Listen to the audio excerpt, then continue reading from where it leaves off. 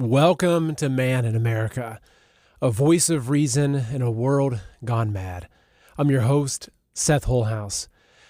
I am very, very excited to be back here with you this week. Last week I was off for my Sunday night show for a few reasons, which I'll get into, but it is great to be here with all of you. And goodness gracious, has this world absolutely gone mad. It just continues to get mad. I mean, it's a good place to be in terms of a content creator where I'm focusing on the insanity of the world, because there's never a shortage of content. And so we'll be getting into a lot of really good stuff tonight. We'll be looking at the White House shooting, which, I mean, these things happen, right? You have, crazy people that do crazy things. That's not abnormal, but there is a lot of just really, really wild stuff that when you dig deeper into who this guy was, and there's this Twitter post, there's a lot that we'll be getting into with that. We're also going to be spending a pretty good chunk of time tonight talking about Palantir and what's really happening with a lot of these big tech companies that are heavily embedding themselves in our country and more. And if you look along the lines of seeing the data centers coming up everywhere, these surveillance networks popping up, it's pretty dystopian. So, of course, we're going to cover the dark and scary, but we're also going to be looking at, okay, there's got to be some good stuff. Okay, where can we focus and all that? So that will be good. For those of you that are watching, I just want to thank you for being here live with me. It's crazy on Rumble. We've already got, let's see, what is it? We're looking at, over almost 3,500 people on Rumble so far, which is really, really good. And we're gonna have some fun tonight. So we're gonna be getting into some wild stuff, some conspiracies, some more conspiracies, and we're just gonna have some fun. That's the only thing we can do. I mean, if you look around, you see how just absolutely insane and dark and scary the world is. There's there's really a few things you can do. You can just bury your head in the sand and just ignore it, like a lot of people do, unfortunately. You can become obsessed with the darkness, and you can just get into these deep rabbit holes where you're convinced that everyone's out to get you, and that's kind of true from some points of view, but that's not a healthy place to be. Or, kind of how I look at it is like, I want to be very sober. I want to look at everything there is to see. I want to understand exactly what's happening in the world. I want to see who's trying to kill me, who's trying to take away my freedoms, and look at the whole laundry list of that. But I want to look at it, but then figure out, okay, what can I do about it, right? Like, I'm not going to live in fear. I'm not going to be hiding in some bunker for the rest of my life, though I wish I had a nice bunker, not yet. But I want to know what's going on so I can figure out how to kind of meet it head on, how to take proactive steps with my own family and create my own community around me that's supportive.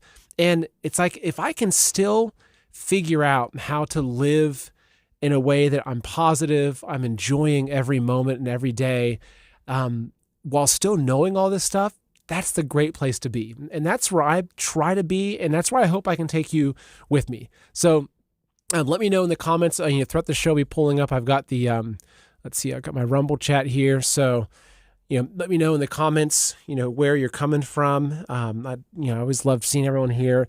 Just a few shout outs, let's see, Tatanka Dave, good to see you back here again.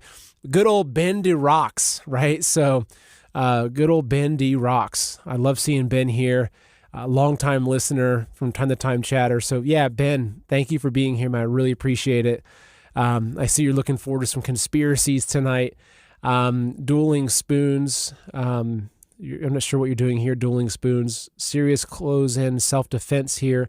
Don't promote Amazon links in my chat, Dueling Spoons. That's not what we're here for, okay? If it's relevant and if it's a product I'm talking about, but please don't come into this chat and just spam links.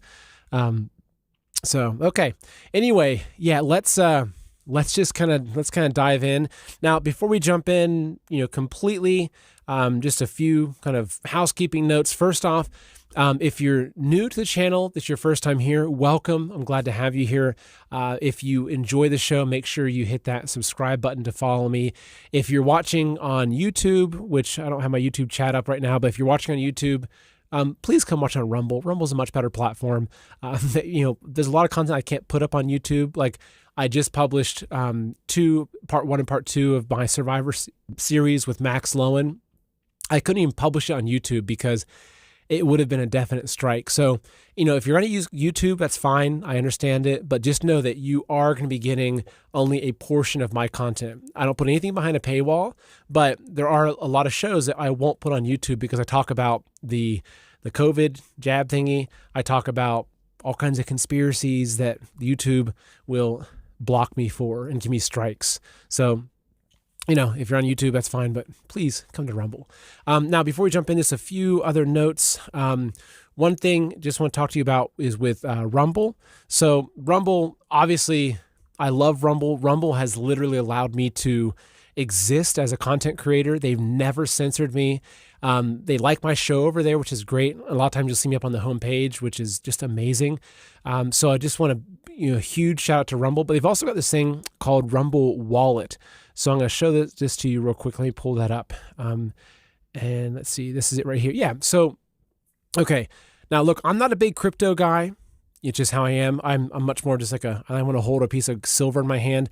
However, crypto I think does have a function, especially in terms of privacy, especially with there's certain kind of types of coins you get into that are, I think, not part of this big brother system. And so if you are curious about investing in crypto, Bitcoin, stable coins, USAT, gold-backed stable coins, whatever it is, if you've felt like it's a little bit too complicated, which it oftentimes can be, Rumble Wallet is a really easy way to get started. So with Rumble Wallet, you can buy, you can sell, you can manage your crypto all in one place. The app is really easy, very straightforward. And what makes it unique is that you can also use it to tip creators like me. So you can actually, if you're on Rumble, you can do a tip using your Rumble Wallet, which is kind of cool because I'm all about alternative bartering systems and everything. I think crypto is one thing that gives you some way of kind of being outside of one of the main systems, but also just a way of supporting the Freedom First community that we've built here on Rumble. So if you want to get started, it's really simple. Just download the Rumble Wallet app, sign up with your existing Rumble account. You don't need a new login or anything. There's a few security steps you follow, then you're up in minutes. So you can start with just a few bucks, and it has MoonPay built in, so you can easily use you can buy crypto using credit card, debit card, bank wire, etc. So if you've been thinking about the advantages of crypto, download Rumble Wallet now. So there's a link in my bio you can click on.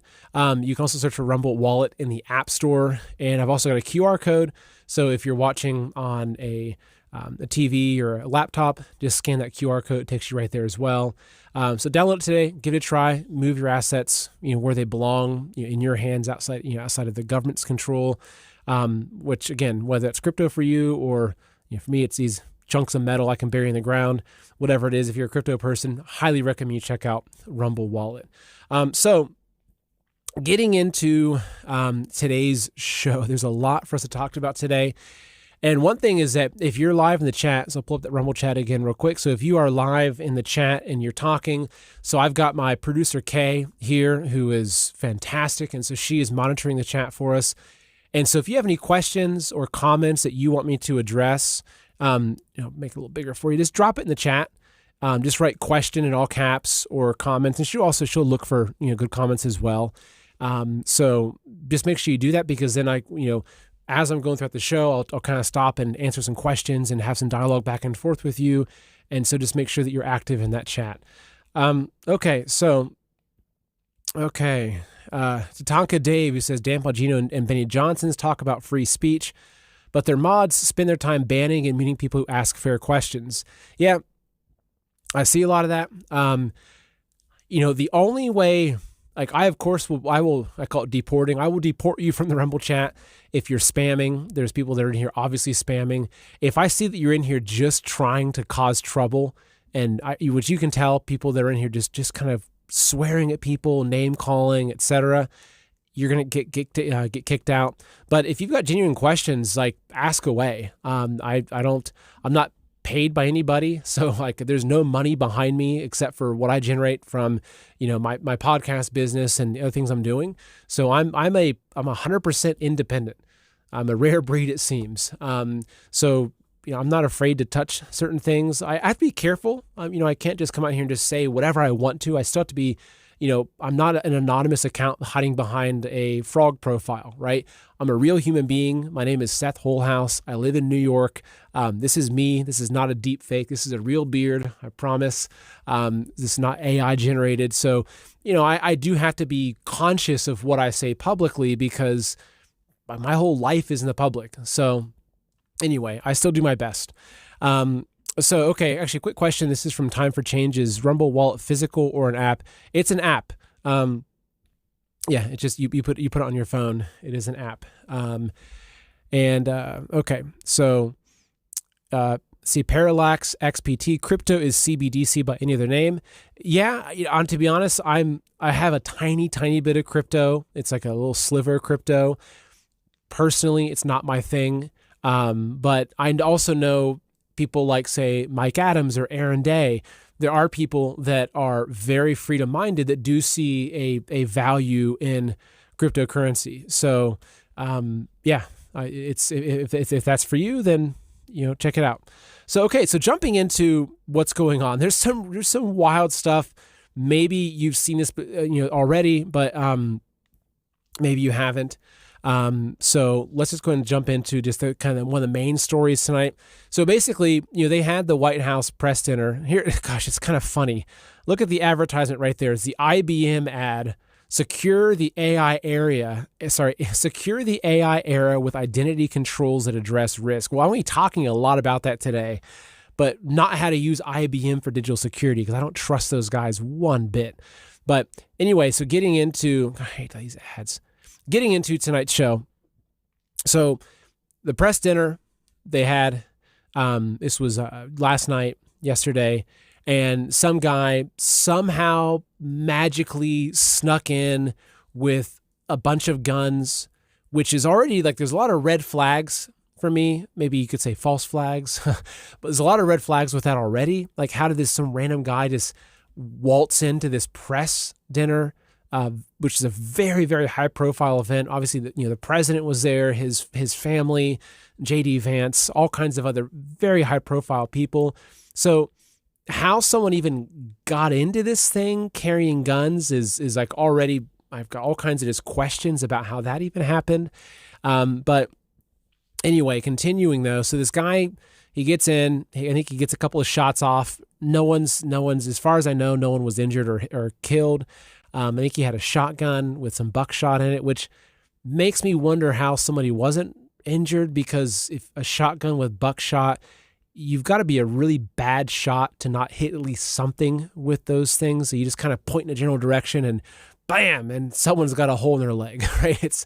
So I don't know. That's kind of odd. But anyway, this is what happened. So this guy here, I'll read through a little bit of the article here. So he's a California man.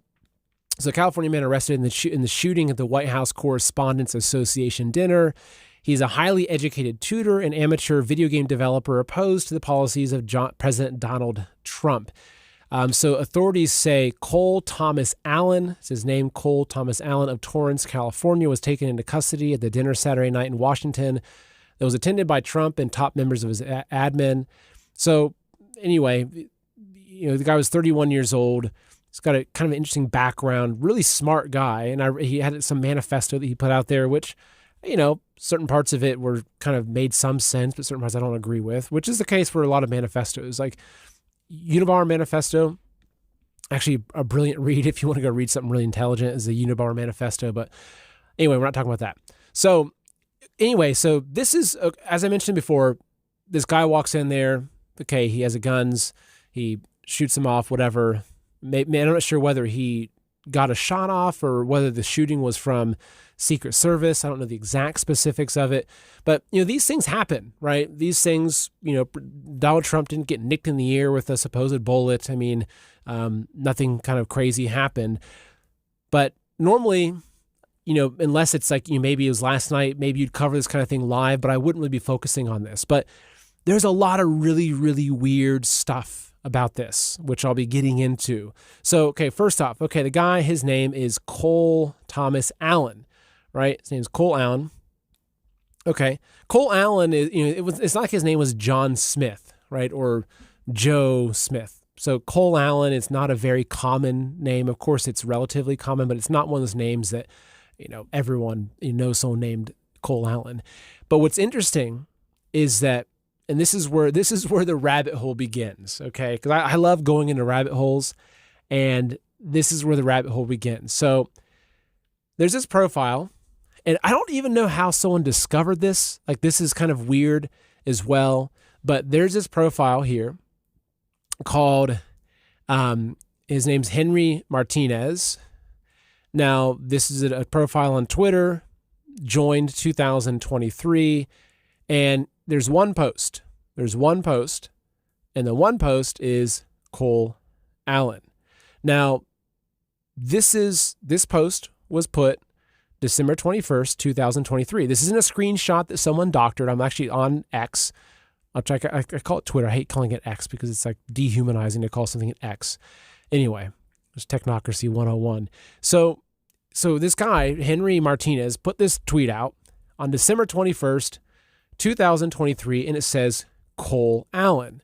Now, that's kind of strange, right? It is. I mean, it's very strange. What are the odds that one person back in 2023 puts out the name of a person that just so happens to be the guy that comes in and does this? Now, maybe, here's a theory, maybe this Henry Martinez guy is actually a profile that Cole Allen started, back in 2023, and maybe he put that out there knowing that he was going to do this in the future. That's a possibility. A lot of people that do these kinds of crazy things, they plan for a long time. So that is a real possibility that this account belongs to Cole Allen. Now, this is kind of strange though. Okay, if you look, and again, make what you want of it, but the profile image, obviously it's a Pepe frog. So it's a Pepe frog with a wine glass and a tuxedo. It's kind of interesting that is exactly the image we had of Trump of the night, right? That Trump was sitting here in his tuxedo with not a wine glass, but a glass of water. Maybe it was a wine glass. Actually, that one glass to the left there looks like it could be an emptied wine glass. But that's strange. Okay, that's kind of odd. And you'd say, okay, well, if you're looking at these things, and this is whenever I'm kind of digging into these conspiracies, I don't just, you have to be careful because a lot of people online will post a lot of stuff that is not validated at all. And you realize later it's like, oh, that's not actually true. It was just a lie that someone made up to go viral on social media. So that's already an interesting coincidence though, right? That the picture matches in that way. Okay, but going back to his profile, this is where it gets kind of weird. So if you look at this background image here, right? This background image, it's just, some kind of weird looking modern art. I'm not a fan of modern art personally. I think it's demons and it's like the destruction of mankind can be witnessed through the art of mankind. I think that art is something that was given to us by God to glorify God and to have paintings that glorify the beauty of his creation. If you look at Renaissance art, look at a lot of the older art, that's what it was. Like the artists were typically commissioned by churches and whatnot. And their aim through their art was to either depict scenes of heaven and the divinity, or to use art to capture the beauty of a portrait or of a still life or of a nature scene. And so I think that that's part of, if you look at the whole modern art thing, I think it's part of the overall agenda. So anyway, that's not my purpose of tonight's show.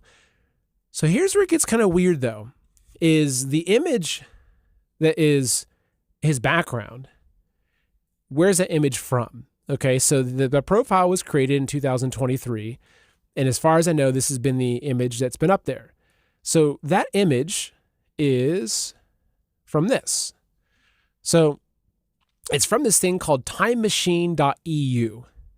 And now it's not actually a time machine. It's more about, as far as I understand, it's more about kind of capturing and kind of documenting through digital things like the human kind of culture, human experience. So it's not a real time machine company, right? It's they do 3D stuff. Okay. So this is the source of the image right here, is this. Now, here's where it gets even crazier.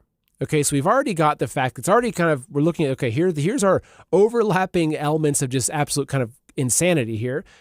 So we had this account that was created in 2023 that tweets out one tweet. The tweet just so happens to say Cole Allen, the name of the person that was just arrested for, shooting up or attempting to shoot up a White House press dinner.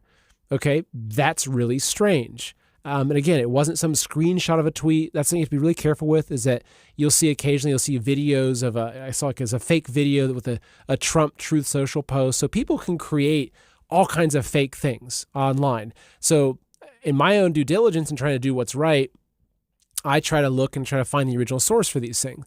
Now, what's also strange, though, I just realized this, is look at the logo of the Time Machine. The Time Machine is a black cube logo. So if you've looked into the black cube or the cube of Saturn, this is like a giant red flag to me. Again, it could be some random thing, okay? But if you look at all of the symbolism of the black cube, that's a whole other rabbit hole to go down into, which is not what we're focusing on tonight. But I just realized that looking at this, it's a black cube as the logo. Like that's, if you get into, that gets into Saturn worship and all kinds of weird stuff like that. But anyway, you look at the image, it's this weird kind of thing. I remember when I first saw this image, I thought, without actually knowing what was going on here, I thought, this is kind of a strange image. It looks like there's a face, right? If you look right here, it's like there's a face. There's a face in this. There's obviously that's an eye socket. So this is a face. It's weird, okay? Here's where it gets really, really crazy, okay? So this right here is that image, okay? Now look at the overlay of that picture. Look at that, okay? So you've got, again, like if you look and you see the face there, and you're like, okay, that looks like a face. That's what I see. And actually, if you see it again, if you look up towards the top, it looks like there's a hand outstretched in a fist, right? So you can see it. And even without kind of matching it up, it's, it's kind of like the Rorschach test, the ink blot test, where they say, okay, here's an ink blot. What do you see in it? I would say it looks like a skull, but it looks like there's an arm extended up.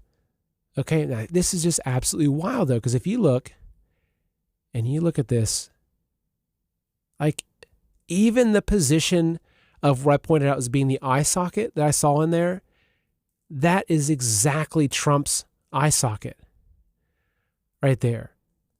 Now, again, the mind can play tricks on you. You can see things you don't see, but it's like the placement of the fist going up into the air. That's so odd.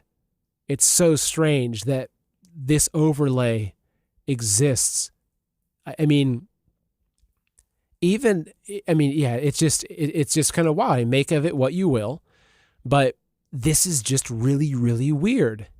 Now, maybe they're using some sort of, that's like, okay, well, how do you explain this, right? This image was put up on this website right here.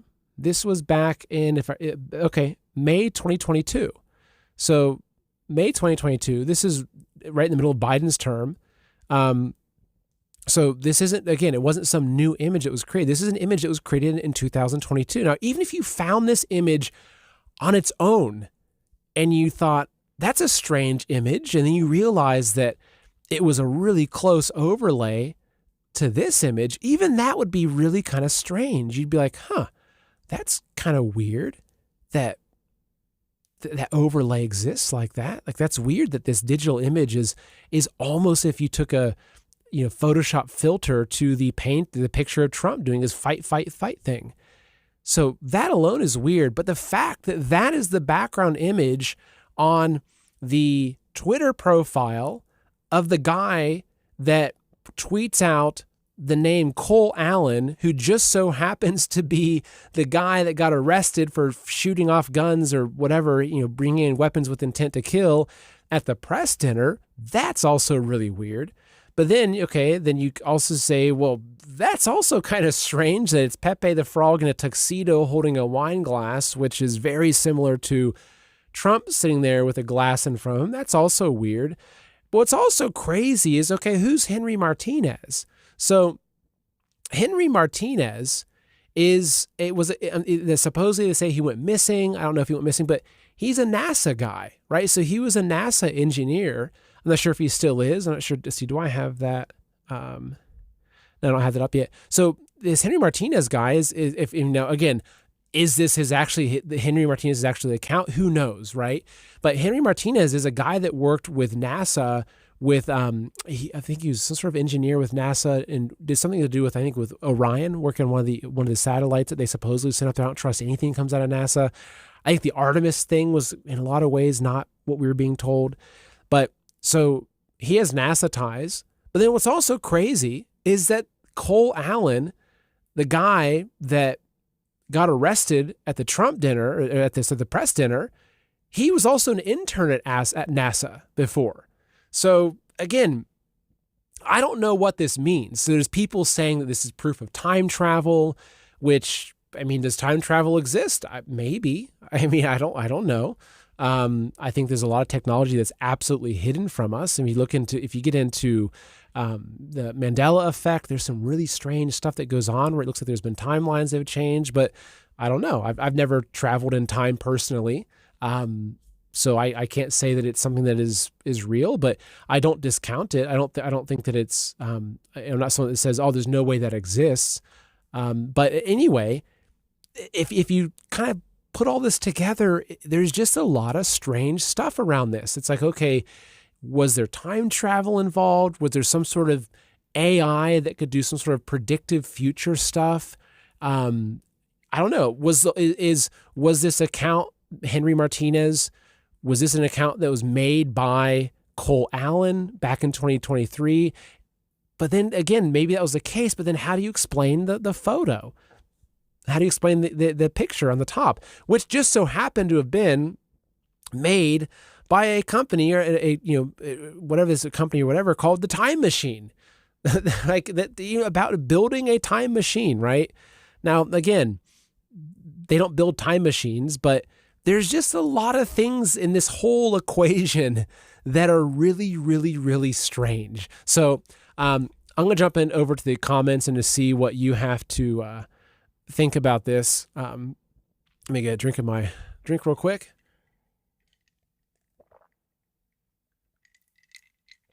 Okay. Tonight's drink is a electrolyte drink. So it is a grapefruit electrolyte drink in my ball mug. Most of my drinking at home is done out of ball mugs or just regular ball jars. So anyway, that's what that is.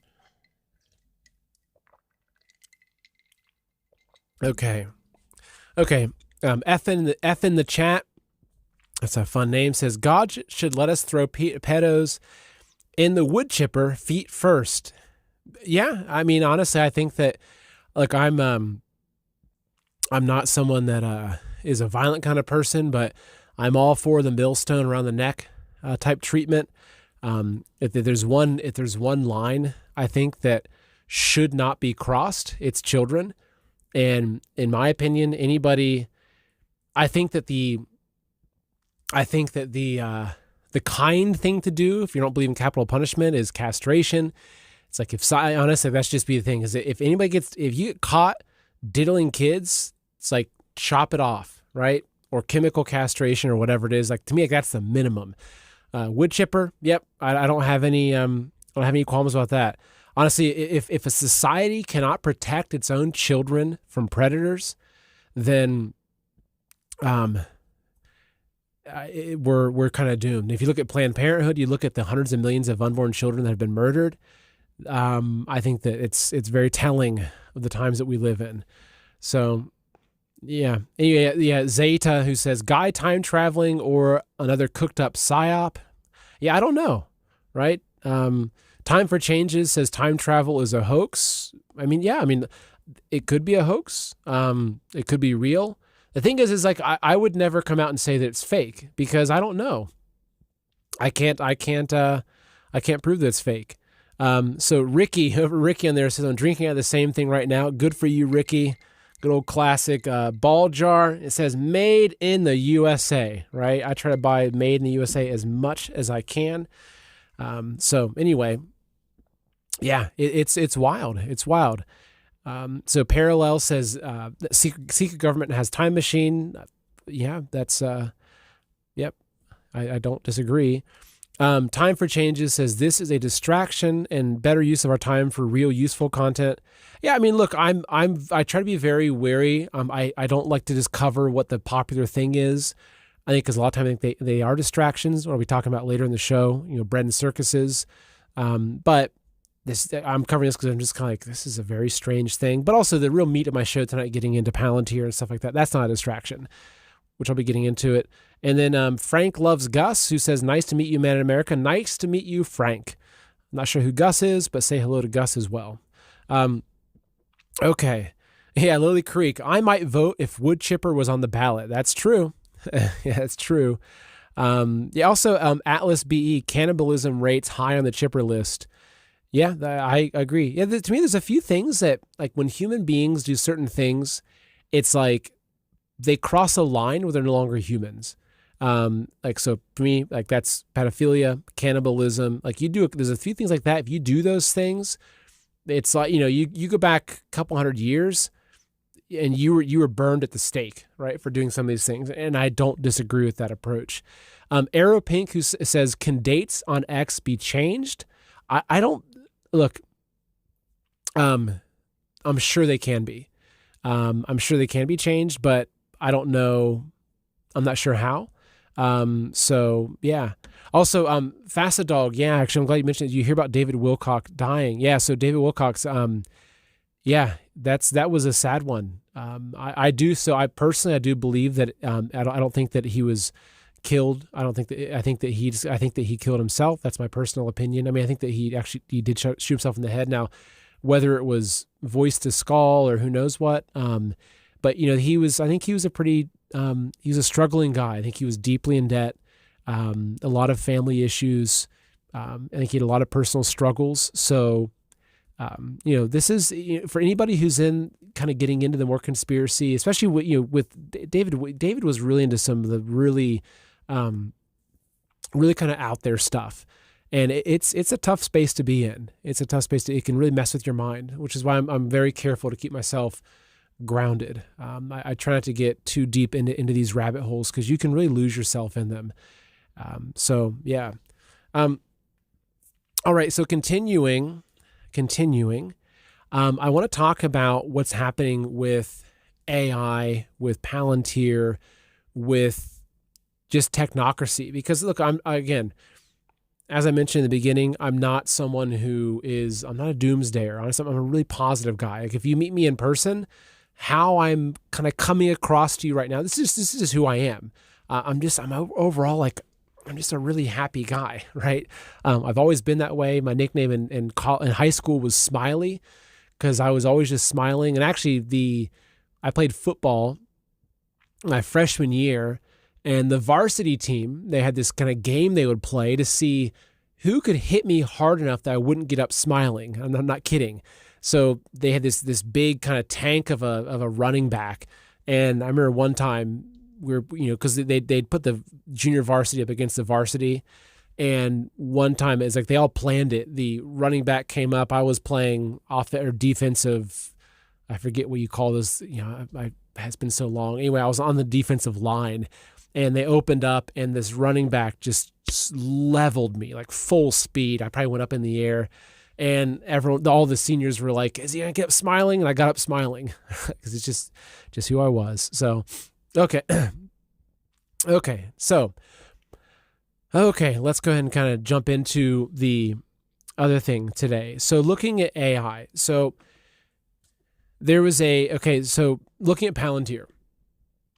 So there's a former Palantir executive. Wait, I'll show you. This is, gosh, I hate all these stupid. This is him right here.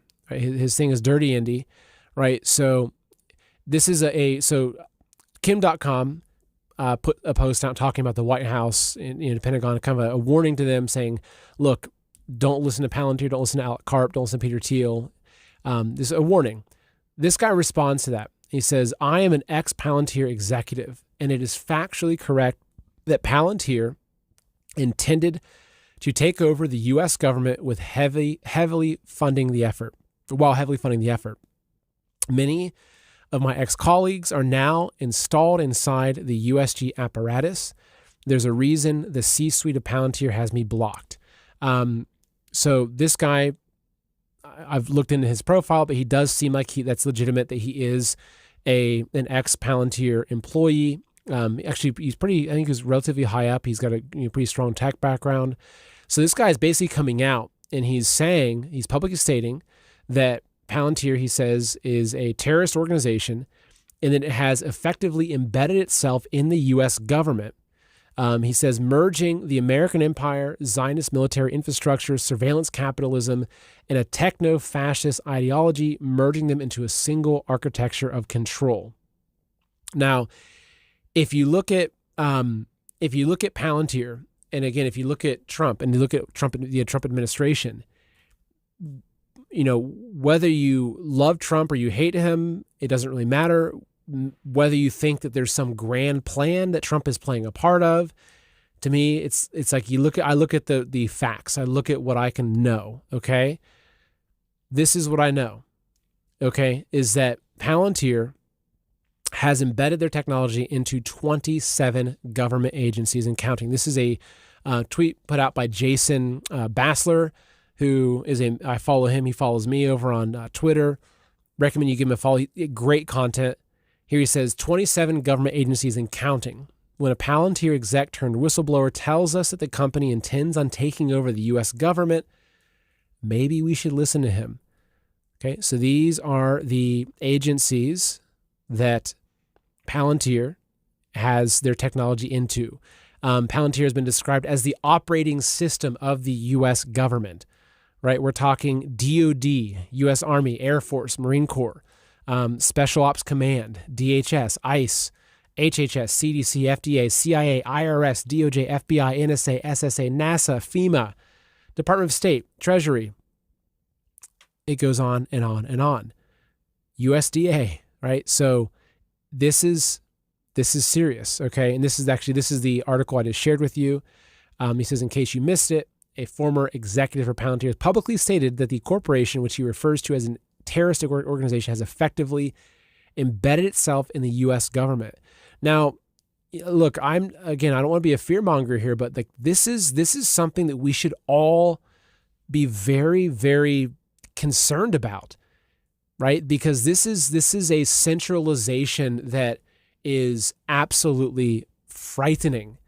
So if you look at, go back into the Constitution, go back into how this country was established, it was all about doing everything possible to decentralize power, to limit the power of the federal government, right? To make it so that your local county sheriff has more power over you than the federal government. Like, that's how this country was established, because the founders knew what would happen or what could happen when power accumulates and centralizes, right? We've seen it over and over and over again.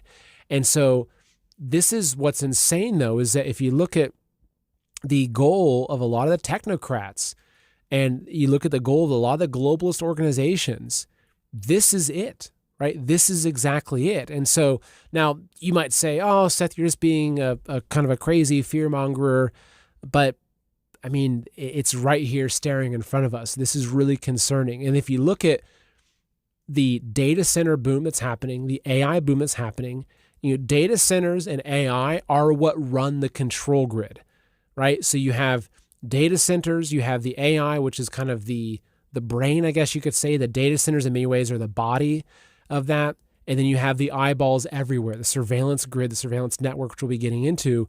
So this is absolutely real, right? So I hope we can be sober about this. Okay, so continuing. Let's see, 1 second here. Okay, next. So Palantir has recently put out I think it's based upon Alex Karp's book, but it's kind of like their declaration, okay? So in part of this, I'm not going to read the whole declaration, but Palantir is now calling for mandatory military service in the U.S. So Palantir, which is heavily funded through defense contracts and through war, they literally said Okay, in this like official statement, this official declaration put out by Palantir, they said, quote, national service should be a universal duty. We should, as a society, seriously consider moving away from an all-volunteer force.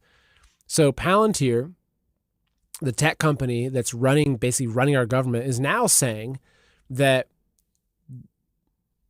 basically that fighting in our wars should be mandatory, right? That it shouldn't be volunteer-based, so that it should be a universal duty. Now, I wonder how many of these executives, I wonder how many of them are having their kids go off to fight in wars. But the thing is, a lot of these executives, these big tech companies, don't have kids.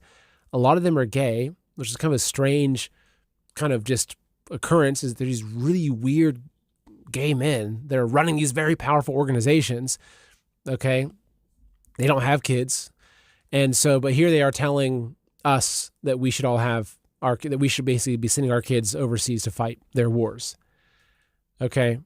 And so, here, good point. Scroll down. Simon Dixon, who says, sure, Palantir. National service should be a universal duty. We should seriously consider moving away from an all-volunteer force. Okay. Yeah, this guy says, the more troops, the more contracts. The more contracts, the more revenue. And yes, Palantir executives are all Zionists. That's true, right? They're very, very pro-Israel, right? Whether you are for or against Israel, the reality is that these executives are very, very pro-Israel, okay? And guess who supports those who make money from war, okay? And they want your children and family to join the attack force so you can be used to get corporate America more resources from their piracy.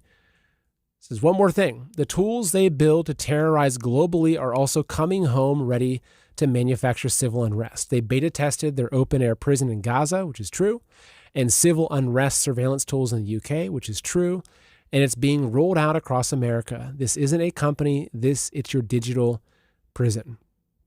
Yep, and also Epstein had some ties into that, right? Mr. Peter Thiel there. So anyway, do your own research on that. So okay, this is something to be very concerned about. Very concerned about. So if you look at, okay, how do you control a nation? Okay, well, war is a great tool. Financial control, which that's a whole different story. Food. But good thing, though. It's a good thing, though, that we've got all these farmers in America. They're just farming out there, making food for us. We have food independence in America.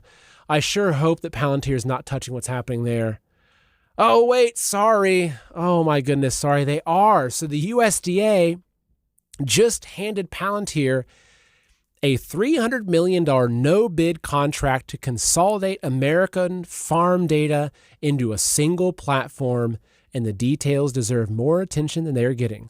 So to someone who earlier said that the kind of the time travel stuff was a distraction, yeah, I mean, you could say that it was potentially a distraction, but sorry, I was repositioning there, but this is not a distraction. This is real. Okay, I told you I'd be covering real things that matter, and this, in my opinion, is one of the most important things, period. Okay, so let's kind of dig into the details of this. So the deal, built around something called One Farmer, One File, will give one company, Palantir, which also, again, Palantir that also has all these other agencies they're running the technology for, okay?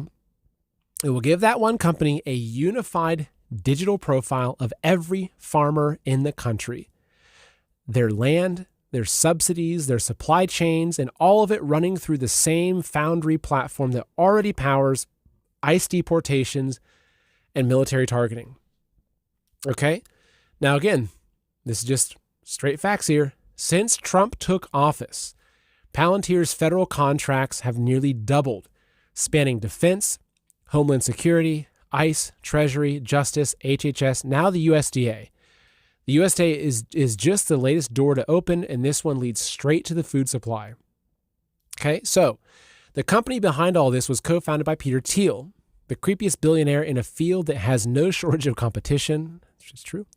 A man whose biographer described his politics as essentially longing for a dictator, who launched Palantir with CIA seed money, which is true, bankrolled J.D. Vance's Senate run with $15 million, and once wrote that democracy has been in decline since women's suffrage rendered capitalist democracy an oxymoron. Now, running the day-to-day operation is CEO Alex Karp, kind of a wild, crazy looking guy, if you've ever watched videos of him, who has told investors that the company exists to, quote, scare enemies and on occasion, kill them, end quote. He was also warned audiences that, quote, some people are going to get their heads cut off, end quote, and fantasized about spraying Wall Street analysts with fentanyl-laced urine. This is the guy who runs Palantir, okay? He's a day-to-day runner, CEO, Alex Karp.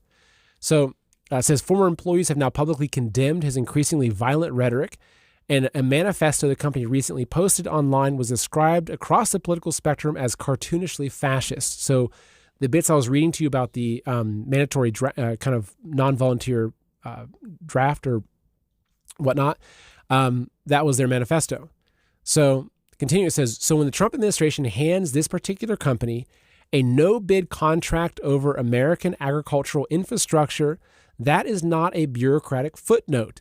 Palantir will now have visibility into what farmers grow, how disaster relief gets distributed, how fraud gets flagged, and how foreign land ownership gets monitored, with the full system not expected to be complete until 2028 and years of expansion still ahead.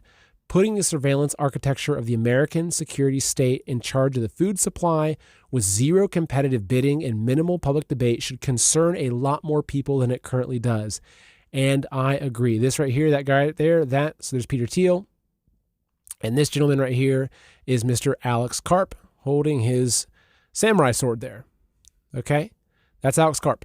So, again, this is very, very concerning to me because I'm concerned about a technocratic system that can potentially gain control over really the entire world. I mean, that's the thing, is if you look at these plans, the end goal of being you'll own nothing, you'll be happy, new world order, centralized global government, one world government, one world religion, etc. You can see how a lot of this stuff is playing right into that. It's playing right into the ability for them to do that. And so now it's not just Palantir, it's a lot of these other tech companies, right? And this is also something that's kind of strange, is that when Trump won this recent election, you had all of these Silicon Valley tech guys, like all of a sudden they've switched and they're super supportive of Trump. Zuckerberg and all these people that used to hate Trump and would ban us from their platforms for talking about, things they didn't like, including supporting Trump. I mean, how many of us got banned or shadow banned or had our accounts canceled for talking about election fraud or any of these kinds of things, right? These same people are now like his strongest supporters, right? You have Bezos and Zuckerberg and, the whole kind of laundry list of these people. And so now continuing though, one of these other characters is Sam Altman. So if you remember, I think it was day 2 of Trump's term, this recent term, he has up on stage with him Larry Ellison, the kind of guy from SoftBank, and then he had Sam Altman, right? So Sam Altman is another one of these really, really strange tech CEOs that kind of fits into a very similar profile of Alex Karp and Peter Thiel and a lot of this other club of people. Okay, so Sam Altman, actually, wait, where is that post? Where is that post? One second. Maybe I didn't open it. Okay, one second. I'm going to pull up my notes real quick. I'm going to pull this one up. In the meantime, I want you to kind of let me know what you think in the comments. Let me see. Let me pull up because I had one link that I didn't put in here. Let's see. Here we go. Okay. So here it is. So Sam Altman, okay, he just gave his big presentation. Okay. There he is right here. That's Mr. Sam Altman, a guy that looks like he should be serving you a coffee at Starbucks, is running one of the world's most powerful companies. So what's happening here? Okay, so World, which is Sam Altman's digital identity project, just unveiled World ID 4.0 and what the company calls full stack proof of human infrastructure. So the partner list is Tinder, Zoom, DocuSign, Shopify, Okta, AWS, and Verso. So AWS, which is Amazon Web Services, AWS hosts a plethora of companies out there. So Altman says that he opened this kind of presentation by saying We're heading to a world where AI generates more content than humans. Pantera Capital says we've already crossed the threshold. So World, their company's answer is an iris scanning device called the Orb that creates a unique cryptographic ID proving you're a real person. 18 million people across 160 countries have already been verified. So Tinder, which in my opinion can collapse and burn in hell as a company for all this garbage it puts out there. Anyway, Tinder, which is like a hookup website, is rolling out, quote, verified human badges in the U.S. after a Japanese pilot. Zoom has built a feature called Deep Face that verifies the person on a video call isn't a deep fake. DocuSign is adding proof of human checks to digital signatures. Shopify is enabling verified human commerce. The most significant announcement is AgentKit, which is an infrastructure that lets AI agents carry cryptographic proof they're acting on behalf of a verified human. Okta built an agent delegation system on top of it. The problem World is solving is real. The question is whether a centralized iris scanning identity layer controlled by the same person whose company helped create the problem is the right answer. Here's my favorite line. Altman is the CEO of OpenAI. He built the flood. Now he's selling the ark. So this has a lot of real world implications. Let me hop back over to get the chat going on there. Actually, Bender Rocks, who says, Seth, have you heard of OpenAI's Sam Altman, CEO, apparently trying to open portals and summoning ETs? Dr. Sal report on this. I've heard some crazy things about him. Some really kind of crazy stuff about a lot of these people. Just what you realize is that like these people, they're not just these kind of random tech CEOs. Like they're into some really dark stuff. I see that Time for Changes, who says Kushner looks like a robot, too perfect. Yeah, Kushner, who is instrumental in a lot of what's happening in the world today, especially over in the Middle East and Gaza. Kushner was on an interview talking about how he wants to be the last generation to die. Like that Kushner, openly was talking about this. I've covered it in a show I did 3 or 4 weeks ago, perhaps, where Kushner was talking basically about how his goal is immortality, that his goal is to never die. And so if you look at a lot of these people in this kind of what you call the elite class, they have this idea. A lot of them are, I wouldn't even call them atheists, but a lot of them, they really believe they're really striving for immortality. They want to live forever. They want to be able to transfer their consciousness to some sort of digital, kind of thing they can put into other bodies. Which you look at Neuralink, I think Neuralink is laying the groundwork for that. And to me, it's like the fundamental thing with this is that I don't want to live forever, right? Because I want to go to heaven. Like, I don't want to be stuck in this human body in this disgusting earth that just is full of just filth. And of course, it's a beautiful experience. I'm a father, and there's some amazing things that are that you have here, but like, I don't want to be immortal. I don't want to just live forever. And I think that people, like anybody that wants to be an immortal, like to me, it's almost one of the biggest signs that there's something wrong with their fundamental belief system. It's like, I want to be immortal up in heaven, right? That to me, that's my immortality, right? Is when I'm up there in heaven. So yeah, that's a giant red flag for me. So again, Sam Altman's coming out. He's got this. Now the thing is that it's like, maybe this is part of what they wanted to do with AI. Maybe it's like, okay, why is it that Elon Musk is always sharing? Look what Grok Imagine can do. Look what Grok Imagine can do. Look at this picture of some like scantily clad, kind of Asian style woman in a bikini bouncing around. Like, why is Elon always sharing that stuff? I think that maybe is part of the overall program, is that they want to make it, they want to flood the internet with AI content, like making AI everything, so no one knows who's human anymore. And so then again, problem, reaction, solution, the age-old formula they keep using, right? Let's make it so no one knows who's real anymore. That way, the only way you can access the digital realm is through a digital ID, right?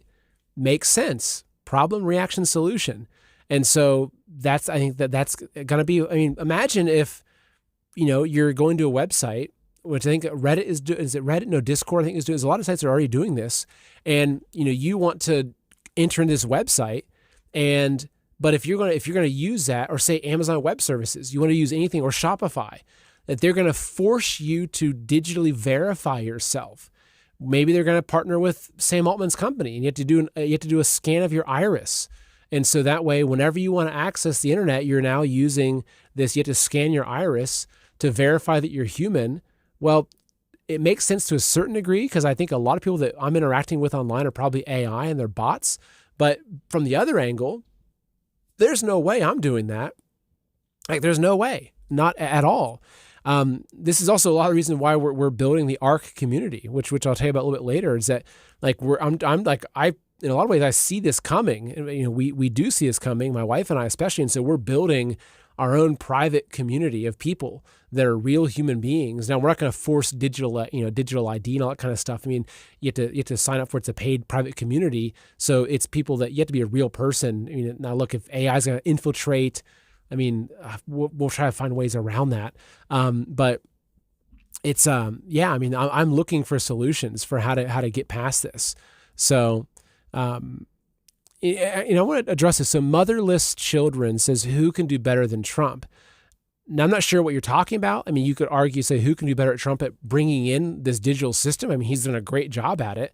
But I've also seen people say, oh, gosh, well, if you criticize Trump, they'll say, well, he's better than Kamala. It's like, well, yeah, I agree, but maybe not. Because if you look at, say, I mean, again, I agree, trust me. But if you look at like what Trump is doing, though, like they're actually getting things done, right? They're building the system. Palantir is embedded with this. You go back to Obamacare, and Obamacare like is a giant flop.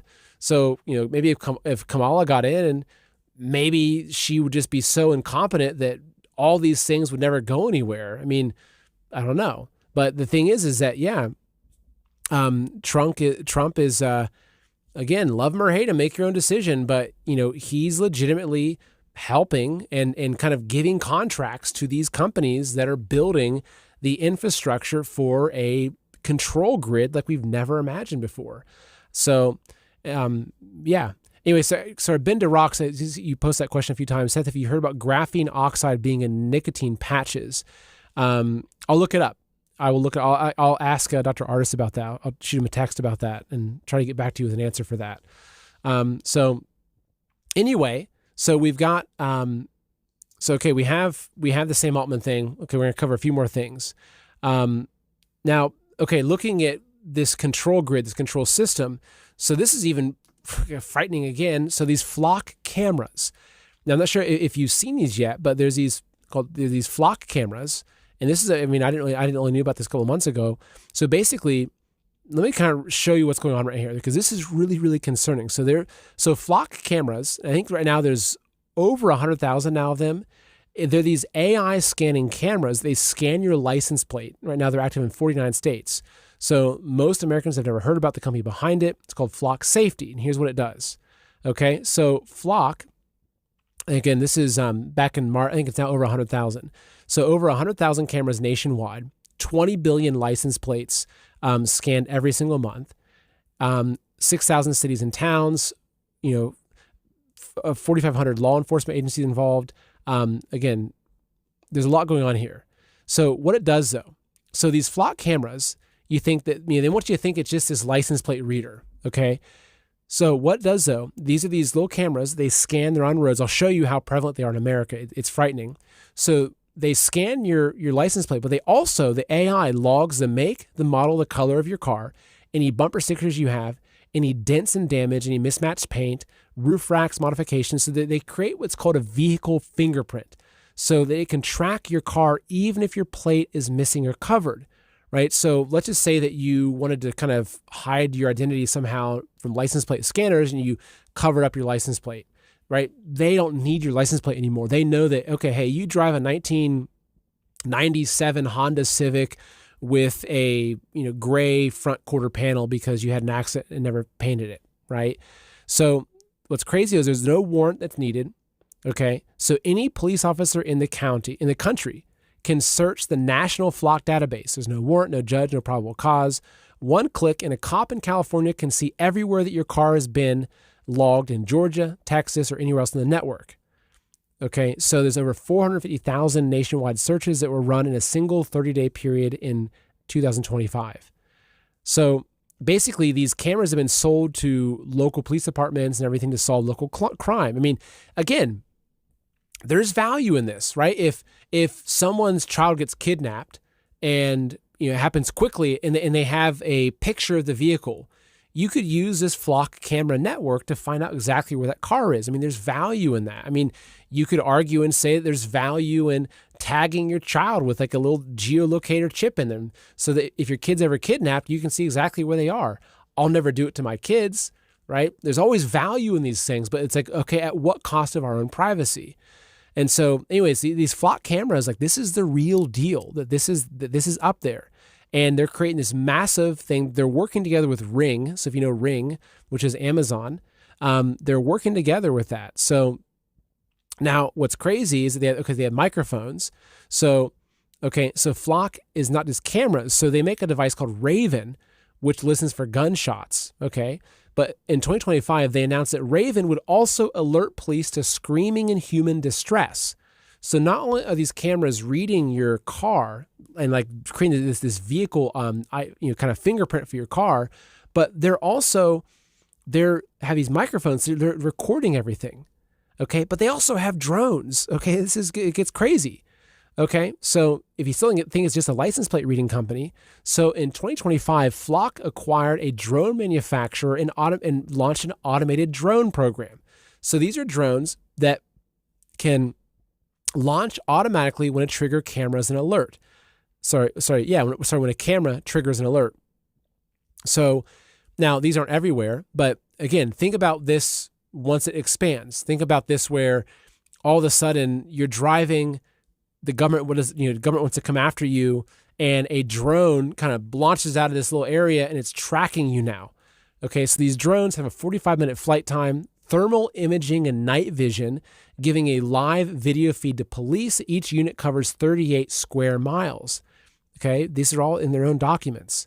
So here's what's crazy. So there's a website called deflock.org. Okay, so deflock, so DEFLOCK.org, which is tracking what's happening with Flock. So here's saying 89,000. I saw another place, I think it was more updated, it said it was over 100,000 now, explaining what's happening with this. So there's been cities that are rejecting these things, right? There's 57 cities so far that have been rejecting them, but this is what they do. So here's an example. Okay, so if this is your car, it knows, okay, hey, you've got this extra rack on the back of your car. You have this bumper Raiders sticker on your rear window. It's a gray car, say there's a scratch on the side. It creates that footprint. So this is, if you look again, what is this? This is a massive surveillance network that's being built by a private company that then is selling the services to law enforcement and government agencies, and they're selling our independence and our freedom. This is a lot of constitutional. So this is, this is absolutely violating our rights. Now, here's what's crazy. Okay, is you on this website. So if you go to deflock.org, if you click this button, explore the map, it opens up this website. So you can literally see wherever you live, right? So here, let's just say, okay, some people that were in the chat, let's just say someone says, oh, hey, I'm from Gainesville, Florida. Okay. So say you're in Gainesville, Florida, you can come into here and you can look, okay, let's go down towards Gainesville, and you can see every single location of one of these cameras. And this is like, I looked at where I'm at and I was so surprised. I'm out in the middle of nowhere, and there's a Flock camera at an intersection a few miles from my home. So these are how prevalent these cameras are. Okay. So say, like, holy smokes. Okay. Where I grew up at, let's go back up to Ohio, and let's see what's going on up in Ohio. So I grew up out in the middle of nowhere, countryside of Ohio, just outside of Columbus. So here is Columbus right here. No, sorry, that's Indianapolis. Ohio is right over here.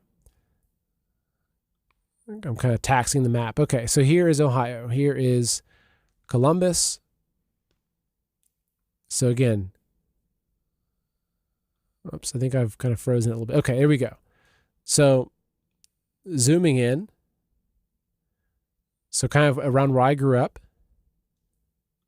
And there are cameras. Now, not as me out in the country, but even, again, actually, yeah, right here. So I grew up in this little town called Plain City. And there are 3 cameras, right? So as a kid growing up, I was driving, this is 161, this is 42. I drove these streets almost every single day. And they've got, and this is some small rural community in rural Ohio, surrounded by farm fields. They've got flock cameras out there. So, again, check this out. Go to dflock.org when you get a chance. Look at the map and see. You might find that there's actually cameras really close to you. Okay, so it tells you exactly where they are. Tells you the exact intersection. Now, there are people, now kind of do what you want with this, but there are people that are finding these cameras and they're finding ways of disabling them. I'm not going to encourage illegal behavior, but we've got this Constitution that's supposed to protect us from these kinds of things. And what do you do when the government has overthrown the Constitution? Different discussion. Maybe that's a private discussion we'll have later. So anyway, you have these flock cameras out there. This is wild. Let's pop back over to the chat. Atlas BE says, look up Akron. Okay. Look up Akron. Actually, there you go. So Yella Von Jella, who says Leslie Wexner, Epstein's financier. He runs all the Ohio data centers. Absolutely. Yep. Actually, I saw, we were at a store he owned when I was growing up, and we saw Les Wexner one time. He was driving a green Jaguar convertible at that point. Let me get some fluids real quick.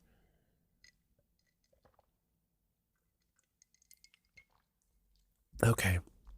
So, Atlas, you said look up Akron. Okay, let's go back to Akron, Ohio. Let me zoom out. So the map's a little bit slow. Let's go up to, let's see if I can remember exactly where Akron is at. I always drove through Akron. No,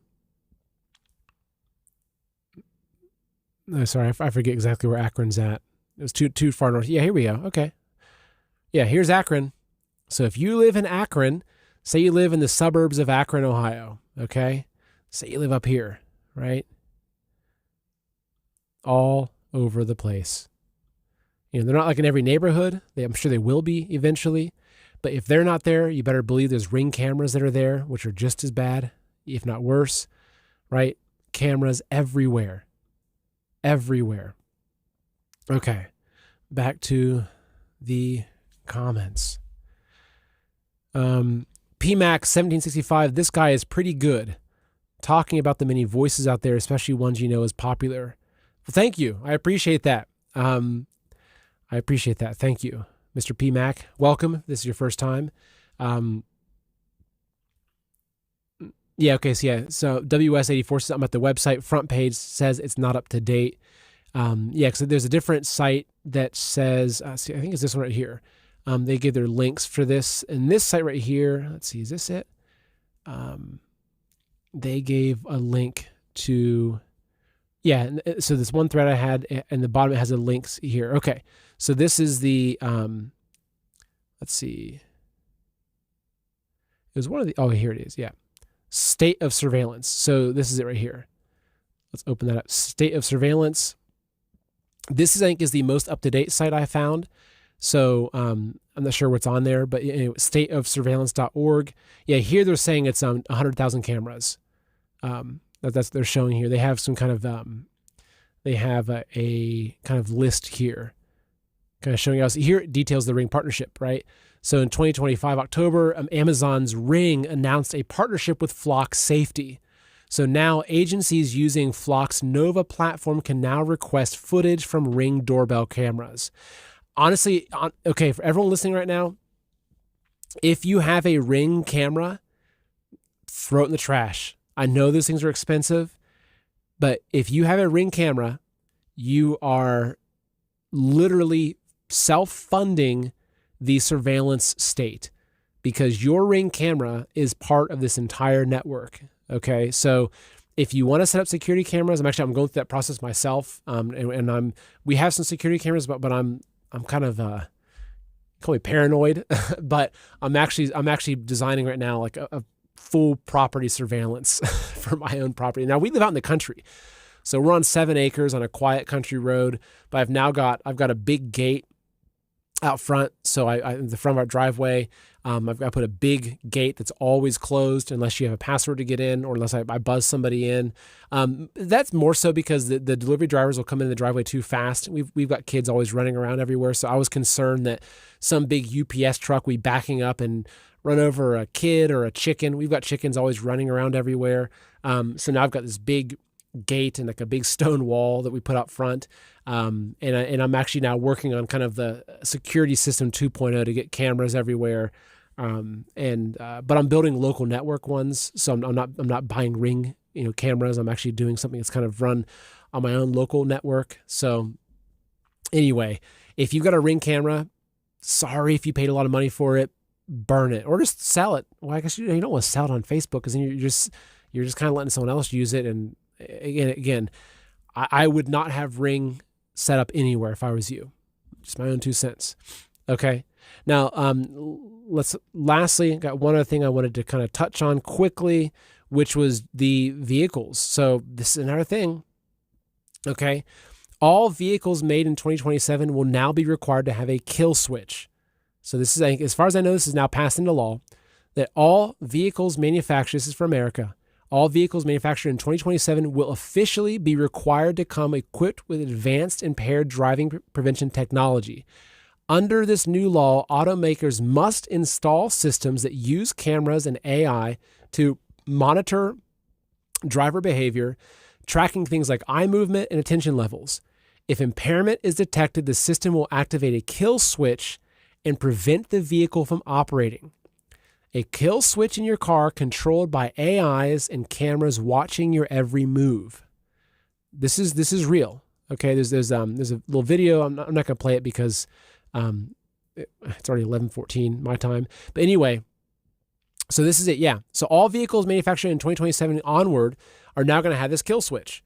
That basically what it does is that when you get into a car, let's just say you're drunk and you get into a car, it won't let you drive. Again, that's not a bad thing, right? Like you shouldn't be drinking and driving, or you shouldn't be, high on edibles because they're available everywhere in the nation just about. And you shouldn't be stoned, out of your mind driving a car. Like that's not good. Again, so this is how it works though. There's always something that's kind of like, yeah, I can see how that could be useful. But the problem is, and this is why I will never drive a Tesla, like never, I will never own a Tesla because I don't want anything that's that digital that can be controlled and monitored and cut off remotely. I'm thinking maybe I'm going to like a 1960s pickup truck or something as like my main vehicle because it's EMP proof for one, but this is going to be happening. So again, if you look at the system, we've got Flock, which is monitoring everywhere. I guarantee you in some way Flock is tying into some sort of Palantir database. So they've got Flock system. They have these drones that can pop out and fly and track you for 45 minutes wherever you're going with thermal imaging and everything. And that's just until you get to the next drone, right? So it's not like you're going to run away from the drone and you're safe. They're going to have drones everywhere. So like, I'm just trying to say, this is the America that we're kind of stepping into. And I just want to be sober about that. This is the America that's being built around us. We're having data centers being popped up. They're kind of cropping up like weeds everywhere. We've got between Ring and Flock and who knows what else, we have a surveillance state that is basically, it's already it's already there. It's already built. We have a surveillance state here in America with advanced surveillance. And so we now have these vehicles that will be able to remotely deactivate your vehicle so they can just stop it. So what happens if you're just, if you are now, remember back under Biden, a lot of us were kind of classified as domestic terrorists because of our beliefs. So what happens if maybe it's not Trump, maybe it's the next guy who gets in? That what happens if this gets activated on the American citizens? And also keep in mind that there's a lot of people I see that are saying, oh, well, maybe Vance is going to run. Maybe Trump's going to pass the torch to JD Vance. JD Vance is a product of this system, okay? JD Vance is our vice president because of the founder of Palantir. Okay. Peter Thiel is J.D. Vance. Like if you get into the backstory of J.D. Vance and you see his political rise and everything, those two are like linked at the hip. Okay. So if you think that J.D. Vance is going to get in here and he's going to be the one to carry on this Christian conservatism and, protect the Constitution, I'm sorry, but like that guy is Palantir. So just be realistic about that. Okay. So, the question I have, my last thing on the show, then we'll jump into is just kind of chatting, question, comments, is I want to show this. Okay. Because you have to ask yourself, I'm sure that if you're watching this show on your Sunday night at 11 o'clock, you're like me and you're looking at this stuff and you're saying, hey, this is not good, right? Like, I'm not going to go just distract myself with the Super Bowl or something. Like, this is really serious. But for a lot of Americans, they don't care about this stuff, right? And the thing is part of the reason why they don't care about this stuff is because people like me are blacklisted on most major social media platforms. So, I think a lot of people in America, if they saw this content, if they saw tonight's episode, which I hope you can share this with people, honestly, I hope you can share this with your friends and family. But if 50 million Americans saw this episode, there's probably a lot more of them that would say, oh, wow, this is crazy. I didn't know that was all happening and I got to do something about this. But that's part of the reason why most Americans don't care about this stuff is because they're not being shown this information. Fox News isn't covering this. Newsmax isn't covering this. CNN, MSNBC, they're certainly not covering this, right? The mainstream podcasters, the ones that get really big and it's like, wow, look at that guy. This guy's got 5 million followers on YouTube. And, those guys, they're not covering this. Their job is to keep you distracted and keep you fighting left versus right. Their job is to tell you that, hey, the midterms, we got to get our guys in on the midterms or we're screwed, or, hey, the next election, like that's their job, is to reinforce the left versus right, the straight versus gay. Their job is to reinforce these fake identity battles that have consumed our nation. They've turned everything into a political issue because then people are so distracted with that they're not paying attention to this stuff. Now, and beyond that though, this right here, this is it. Okay. You know what this is? This is, okay, well, I told you this right here just happened. This was a mass protest, 300,000 people in America that got together to protest the surveillance state. I saw this and I was so proud. I was so proud that 300,000 Americans got together to protest this. It gave me hope. But then I realized that actually this was the crowd that was gathering to watch the NFL draft. It's like, think of all these men. Think of all the potential testosterone in this crowd of people right here that are standing around to watch the NFL draft. Think of what would happen if all these people were instead protesting the surveillance state that's being built around us in what's supposed to be the freest country in the world. What would happen if that was the case? But you know what? Unfortunately, it's not. And you know why? Right here. There's a guy, I think he's Roman poet, Juvenal. Sorry if I mispronounced his name. Now, he didn't say this exactly. He's the one who coined the term bread and circuses. But give them bread and circuses and they will never revolt. Is this not, this is it. Is this not our country right now? Right? Why aren't more people standing up against this? Why is this crowd right here? Why is this not a crowd of people protesting the very thing that will probably take away the rights and the freedom of their children? All these people here, right? All these people in this crowd, these are a bunch of men, these are a bunch of fathers. These are people that their job is to protect. Look at all these guys here. And I'm not judging them. I'm not like, it's like, okay, yeah, because they don't see this information and they've been fed this since they were a kid, right? The importance of the NFL draft and the Super Bowl. Like, this is the culture that's been created around us. This is the culture of bread and circuses right here. But imagine if every single man in this thing was saying, I'm going to do whatever it takes to fight for the security and the freedom of my children. But unfortunately, they're not. Right? I'm sorry. If you have the time to go spend an entire day in a huge crowd to watch a draft, to watch the NFL draft, this is what's wrong with our country. And again, I'm not judging these individual people because these are hobbies for them. Life is difficult. Maybe this is their one outlet, right? But this right here is social engineering to its core, is to create a population that is so distracted with useless stuff, whether it's sports, left versus right paradigm, the latest Netflix series, whatever it is. We've become a nation that has become so distracted that the men who just 100 years ago would be like, look at the forefathers, our founding fathers, right? These are the men that will do anything to fight for the liberty of the country.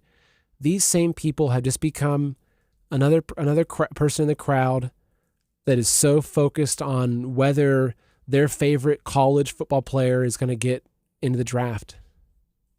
That's where we are. Give them bread and circuses and they will never revolt. It's comment time. Okay. Alrighty. Okay, so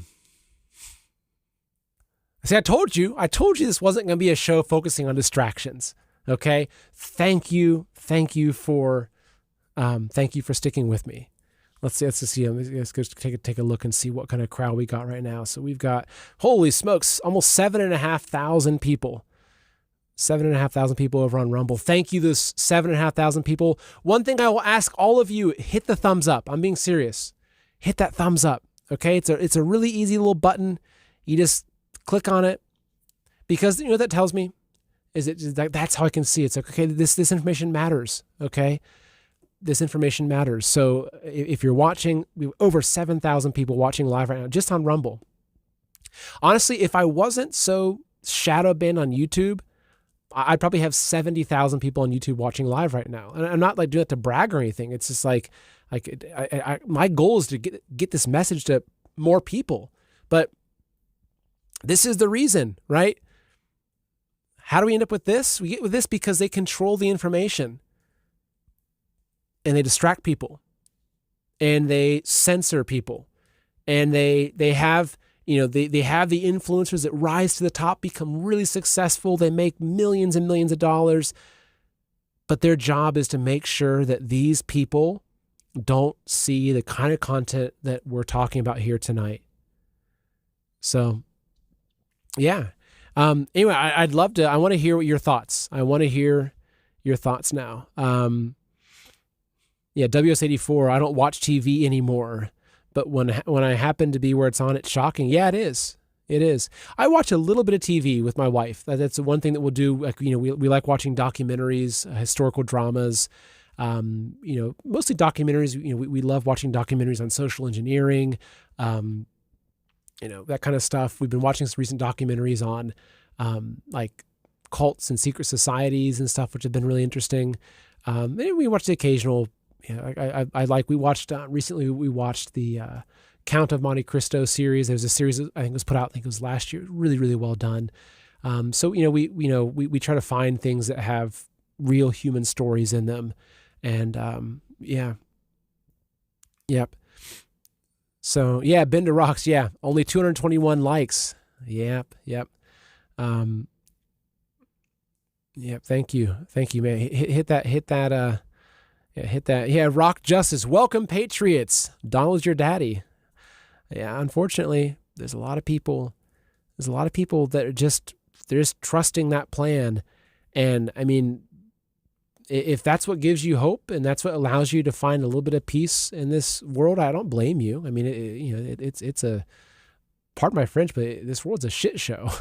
But again, I think that, I look at the information, right? So yeah, exactly. There you go. PMAC, pursue truth and most of all, stay humble. Yes. I agree. And I try my best. Just keep humble. Yep. Absolutely. Yeah. Old world. Um, I'm actually going to start. I'm going to start doing some more content on old world stuff.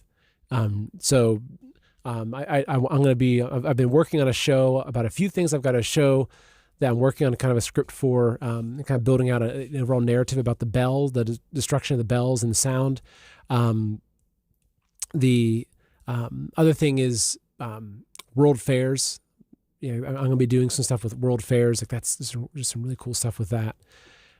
So yeah, old world stuff. That's also something I'm really fascinated. It's like they've lied so much about what's happening here. Like just like they lie about what happened yesterday. Like imagine how much they've lied to us about our history. Imagine how much has been hidden in like the catacombs under the Vatican, right? A lot. Deb Rant, Aussie mom here. Good. Thank you for joining from Australia. My wife is an Aussie mom, but she lives here with me in America now. But we've got a lot of family over in Australia. Been to rocks. Seth, I speak French. That ain't French. Yeah, je parle français. A little bit. I speak a little bit of French. Yeah. Oh. Motherless children, keep this dude safe. Thank you. I hope I am kept safe. I saw also actually it's funny. Someone else put there. They said, let's see. Yeah, WS84 said, I believe when you gain massive support, you become a target. Honestly, and I think that is just God's way of looking over me. Because I think that I feel really grateful that I have been able to reach a lot of people, but I'm still in a lot of ways under the radar. And I actually, is part of me that I don't want to grow the show too large. I like where it's at right now. I like kind of keeping my own little kind of smaller community of people. Yeah, I saw someone mention My Lunch Break. Yeah, WS84, My Lunch Break. Yeah, I watch him sometimes. Actually, I tried to reach out to see if I could interview him, but he never responded. Yeah, I love old world stuff. Love getting into. I've got a whole kind of bookshelf of old world stuff. Tartaria, falsification of history, falsification of science. I really enjoy that as a topic.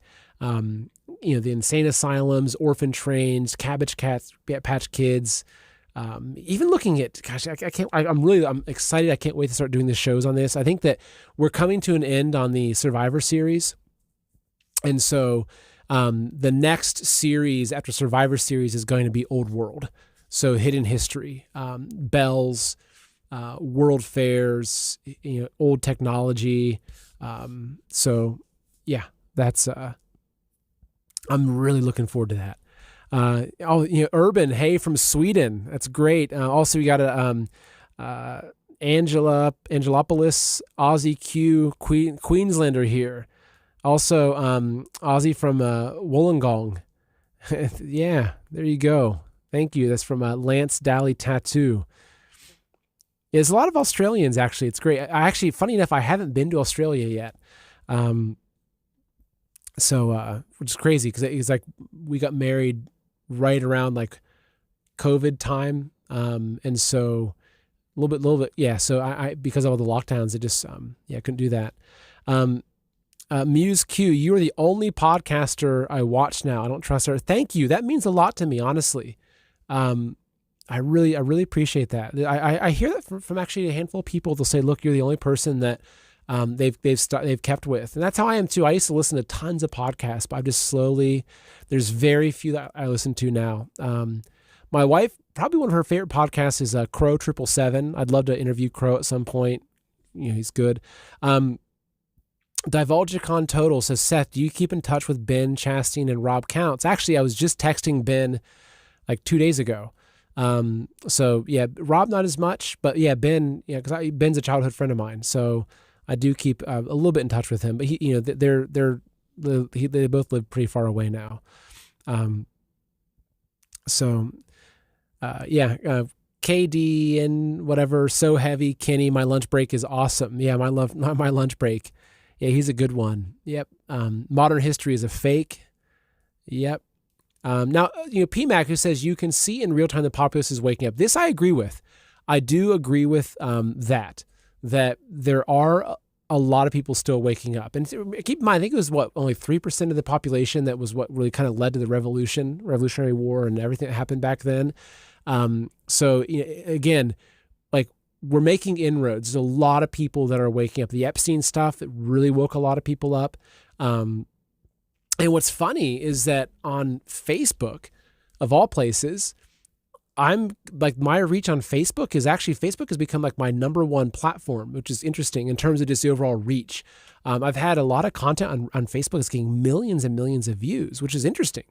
Which makes me really happy, because I think that Facebook is like a lot of the more kind of mainstream people, not to judge Facebook users, but I think there's a lot of Facebook people that are, they're not watching Rumble. They're not, they're just on Facebook. And so I think I think I looked at in the last 60 days, and it's a big kind of thank you to Kay, my producer. She's really helped out with a lot of this, but in the last 60 days, I think I had over 10 million impressions on Facebook, which is cool. Like, that's great. Like, more people. Deborah, I love listening to your calm voice, and so great to have your Aussie wife connection. Yeah, thank you. I appreciate that. I do appreciate that. Seth is a voice of reason. Thank you, Bender Rocks. Deb is asking, what town did your wife grow up in? So she grew up in a handful of different towns. She was in Sydney, I think, and Melbourne area. Her family was also in, what was the little town? Now a lot of families, they live on the coast. I forget which area it is. They've got some property. They're kind of off grid on there. They've got a big, 60-acre property with a complete off grid setup, which is really good. I can't wait to go visit them. MuseQ says, your Survivors series is amazing and I'll never be the same. Thank you for that feedback. Yeah, thank you for that. I really appreciate that feedback. We put a lot into that Survivor series, and we've got I think we'll have maybe 1 or 2 episodes more still before we start getting into hidden history and everything. Atlas BE, this is one of the best podcasts around, not just because of its host, because of the live chat. I agree. Actually, honestly, like, the credit goes to all of you. The credit goes to all of you, because I've been to I've looked at a lot of live chats. Like, I'll hop into just occasionally out of curiosity. Okay, what's happening in a Tim Pool live chat? Or actually, I was on Tim Pool recently, and I looked at like the live chat after, like, the chat replay. Just absolutely just horrible people in there, like, just like constantly arguing and swearing, and it's just like, I come to this live chat and I'm like, oh, these are my people. These are my people. So yeah, thank you for all just being so kind and just having this honest and just intelligent discussion. Crow, the Flat Earth Dave. Yeah, Crow. And I interviewed Flat Earth Dave. I did like a 3-hour interview with Flat Earth Dave like 2 or 3 years ago. A lot of fun we had. Alpine Retreat, thank you. Says, new Rumble follower here. Thank you. I love when I find new Rumble followers. That's really good. So Alpine Retreat says, new Rumble follower here. Not sure how much I line up with all this yet, but I like being informed, and this looks like mature and good faith content. I'm here for it. Thank you. I really appreciate you being here. And thank you so much for the $5 donation. I really appreciate that. And I'm glad. I hope you stick around. I really do. The one thing I can tell you is that I always try to be intellectually honest. Even if I'm wrong about something, I'm fine just saying, hey, I'm wrong on this. That's just my goal. I want to be honest. And so I want to keep digging and digging. And so my worldview is like, I try really hard to not become fixed in what I believe. Obviously, my faith, my spirituality is pretty fixed for me, and it strengthens and it deepens. But beyond that, I really try to have a very open mind, and understand that I've been lied to a lot in my life. And there's certain things that maybe I thought were true that I was told from when I was 10 years old that maybe aren't true. So I try to be just really honest with everything. Okay. So Lance says, still listening to Patriot Underground, top podcast. I'll check them out. Patriot Underground. Okay. Okay. Let me scroll. Okay. Let's see. Okay. Let's see. Okay. Ben, who says, maybe interview alternative doctors about treating long COVID with affordable natural products. Yeah, I'll look into that. I've done some coverage with that, but I'll look into it because I haven't done as much health coverage lately. So yeah, Byron Bay. Oh yeah, Byron Bay. Drew Lewis is my wife's Kate told me about Byron Bay. The soft-spoken warrior lumberjack. I guess that's if that's me you're referring to, I will take that. I will take that. I agree. Your voice is penetrating the calm. I think it's a gift from God. Thank you. I appreciate that. It's funny because my wife is she's a musician, and she was kind of talking. She explaining how my voice makes a sound because she knows a lot about that kind of stuff, and she was explaining that basically just how my vocal cords are. It's kind of more raspy, and it's funny. I can't talk for a really long time. I start to lose my voice. I don't have a very strong voice, but I think I guess it works well for a evening podcast voice. Okay. So Laura, hi Seth, Laura T from Tennessee, outside Nashville. My mom was just down visiting. She was in Franklin down there. Did you see above someone who's from Cambodia is watching? Wow, great. Wonderful. So someone from Cambodia. Welcome from Cambodia. Okay, so ZinCon is his question. Thoughts on the new lawsuit filed in Colorado against the federal government on geoengineering? So I'm going to be hopefully interviewing Tom Renz soon. I know Tom Renz he's gotten really involved and he started something up to focus on legal action against geoengineering. And so I'll have him on because I don't know enough about to kind of comment on that particular lawsuit, but I'll have Tom on soon to talk about that because geoengineering is a subject very close to heart. Yeah, Arcade Adventures, who says flat Earth doesn't resonate with me at all, but I don't believe the NASA story. Yeah, that's kind of where I'm in. I'm not a flat Earth kind of guy, but with that being said, I do think we're being lied to about our world. I think we're being lied to about gravity. I think we're being lied to about the size of our world. I think we're being lied to about the population on our world. There's a lot of things, and that's why I was kind of fascinated because I went kind of deep diving into flat Earth at one point. And I wouldn't say that I believe that we live on a flat Earth, but I would say that I don't think that the story that we've been told is true. So maybe it means that we're on some sort of, kind of firmament flat type thing. Maybe, I don't know, but I definitely think that NASA is a giant psyop. And I think that, we're being lied to. Divulgicon Toto says, Seth, what's your take on the tragedy with David Wilcock?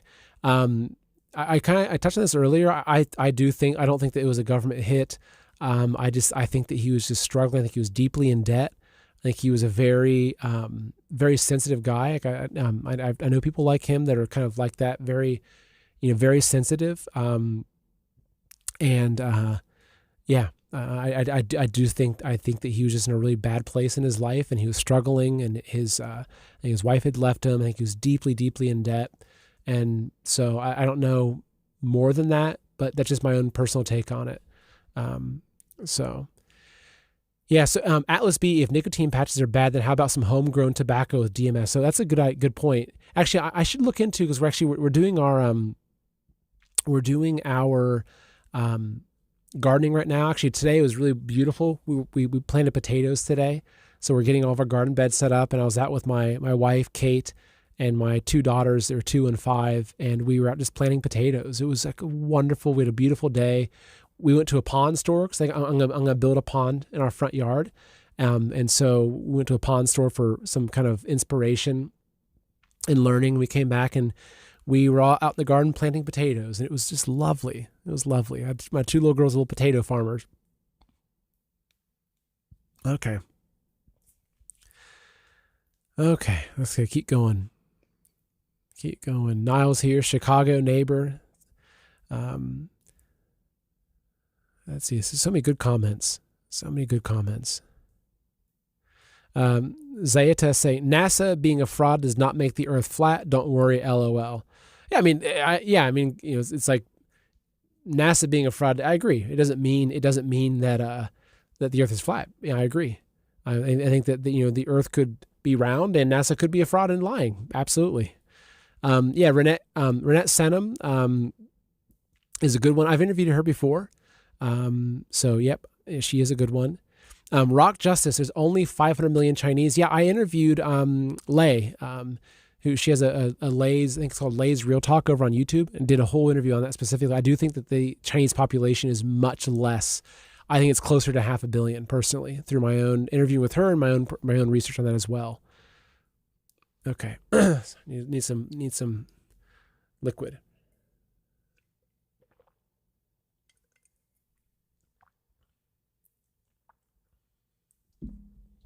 Okay.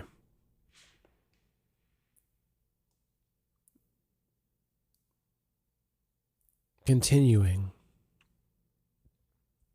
I think we'll probably close up soon. But yeah, DJ Beastie, love the beard. Thank you. Yeah, I need to get a haircut. My hair has kind of grown, quite long, but I kind of like it. If you remember, sorry to reposition myself in my chair. If you remember, I used to have long hair. Like when I first started the show, I blame COVID for that. But I used to have hair down to my shoulders. I'd put it up in a man bun. But yeah, the beard is it's not going anywhere. In fact, I haven't really been trimming it much lately, and I like that. It's that red beard. I've gotten very Scotch Irish in my DNA, so I've got that red that comes out. But I like how I have the white coming in. It's kind of like, to me, it's like, I don't know, if I was like, Gandalf the white. It just, I turned 40 this year, so I'm only 39, which is kind of crazy. So I turned 40. June 18th is my birthday. June 18th, I hit my big year, 40, and but yeah, I've had this color hair for a lot of my adult life, which I like it. I've never really had this desire to kind of keep looking young. I want to look however old I'm supposed to be. Oh yes. Okay. ARC. Thank you.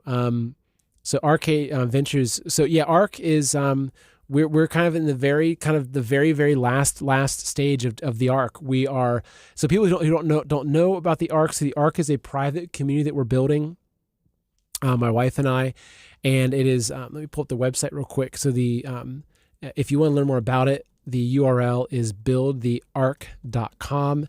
Now it's build the arc with a K. Some people say build the arc with a C doesn't work, which is not, it's ARC, ARK. Yeah. So this is what we're doing. We're building, it's actually pretty incredible. We're building it's a private community. Think of it almost as it's evolved. Initially it was supposed to be something we kind of set out to do, which was going to be, like a learning platform. We has like an ARC Academy on there with the education about preparedness, and kind of, community building. And we're gonna have local kind of chapters, whatever you want to call it. So right now we're in the final stages of building. It's actually grown it, like basically it's a private like social media platform. It's kind of like a Facebook, only it's got a lot of other things like more than Facebook. And so it is, but it's private. We own every line of code. Everything about it is private. So we're building in these really just fantastic parts that we have, like a garden planner on there. We've got like food and water calculators. We've got all these amazing, even this kind of like view my neighbors type thing where you can kind of view people that are around you. But we've also spent a lot of time figuring out how to have it security, like kind of how we're even setting it up. So we're actually, even how we're legally setting things up, I'm not gonna get into it yet with you, but we're setting it up in a way that we're kind of leaning into the Constitution, because the Constitution actually kind of sets forth that we have the right to privately assemble and to privately associate. And so there's ways that you can set these kinds of communities up that give you, on a very kind of constitutional level, give you privacy. So anyway, so it's coming. So again, if you want to learn more about the ARC community, you just go to build the ARC with a K, buildthearc.com. Just drop in your name and your email, and we will notify you as soon as it is ready. I was hoping it would have been ready weeks ago, but we're honestly, like, to be completely honest, we were kind of killing ourselves to try to rush to finish it. My poor wife, Kate, was working. Honestly, she's probably, I'm not kidding. I'm being serious. For the past 2 months, Kate has probably been working on average about 12 hours a day, even on weekends. I'm not kidding with that. She works hard like that. She's like an insanely hard worker, but she's been doing probably 12-hour days for 2 months now, to try to get this platform finished, because we decided to kind of build it with our own code and everything. And so we own the entire thing, and we're setting it up. So right now the main thing we're doing right now is actually app testing. So we have an app that we're going to be launching. It might be a little bit delayed because of the approval process, in terms of after the launch, might take a week or two. But yeah, right now we're refining the app and the mobile experience on it, and it's beautiful. Like, so actually funny enough, we were using it today. So Kate was out, we were looking at our garden, and Kate was, she pulled up and she looked at the garden planner. So we have a function based upon wherever you're located. It shows you exactly your garden planting. So you can see exactly what plants to plant, which plants should be hardened, which ones are ready to harvest. Anyway, yeah, so it's yes, anybody can join, right? It's private. So, it's not going to be a public platform. It'll be for members only. And it's $17.76 a month. That's the price. It's just the introductory price. It might change in the future, but as of right now, that's where we're at. We've got a waiting list of over 13,000 people, maybe I think probably 14,000 people now. So we're really trying to do it right. So yeah, just like Noah's Ark, but yeah, with a K though, right? So Ark is spelled A-R-K. So just like Noah's Ark. And that's kind of the idea, right? That's the whole idea, is that honestly, I feel like that, just like we talked about today, I think that there's another round of lockdowns and kind of digital kind of tightening that is like very severe. And so that's the idea, is that we wanted to build a platform that we own, that we host on private servers, that we're actually setting up. So actually, in terms of how we're kind of protecting it legally, we're setting it up as a PMA, which is a private membership association.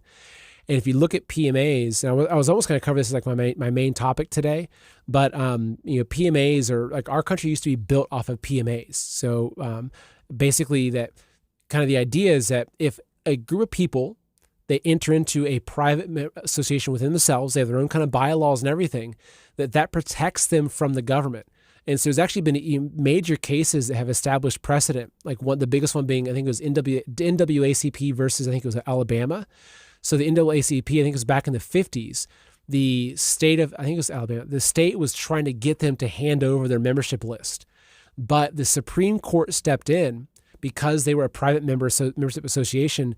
The Supreme Court stepped in and said unanimously that the state cannot have their member list, because it is a constitutionally protected, the right to assemble and the right to associate.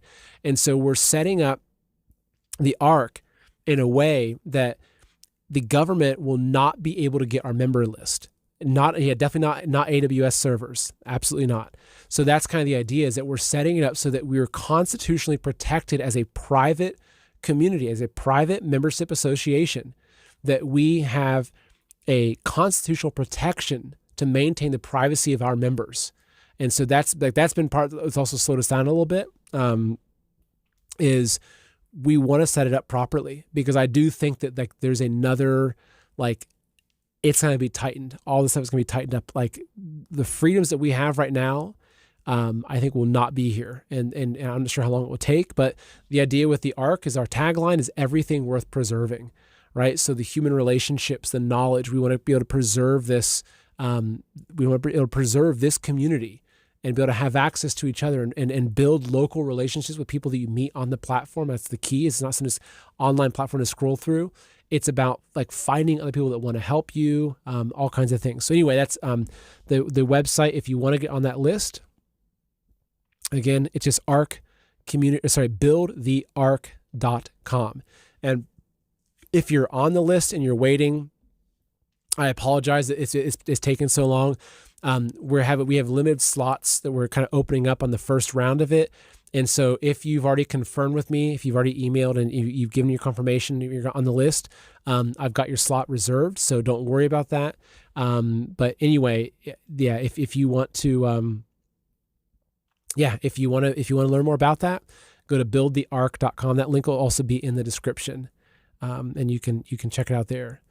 And so, gosh, we're still 7,300 people watching live. It's incredible. Absolutely incredible. Yeah, we're avoiding AWS servers. We're hosting on private servers that are US based. Okay. So eventually maybe we'll have our own servers that we own, but that's a tricky thing.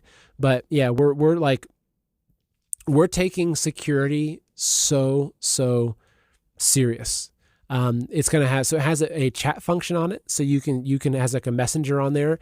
It's end-to-end encryption. So it's like true privacy. And again, we're setting it up. So even if the government comes in and it said, Seth, we're worried about your ARC community, hand over your members list. We've got like layers upon layers of protection, and we have literally Supreme Court rulings as precedents saying that we are not going to hand over our membership list to you, and we're protected by the Constitution. So that's how we're setting it up, because it's like, it's an arc, right? So I wanted to build an arc that could carry us through whatever's coming. And if I did it just in a way that it's like, we think we have this safety, we think that we're protected, and all of a sudden the government comes in and they want a full membership list, or they want to see all the private conversations, they won't have access to that. And the Constitution will protect us from that. So, that's kind of a little bit of what's also slowed us down a bit. So, yeah. All right, let me get another drink here.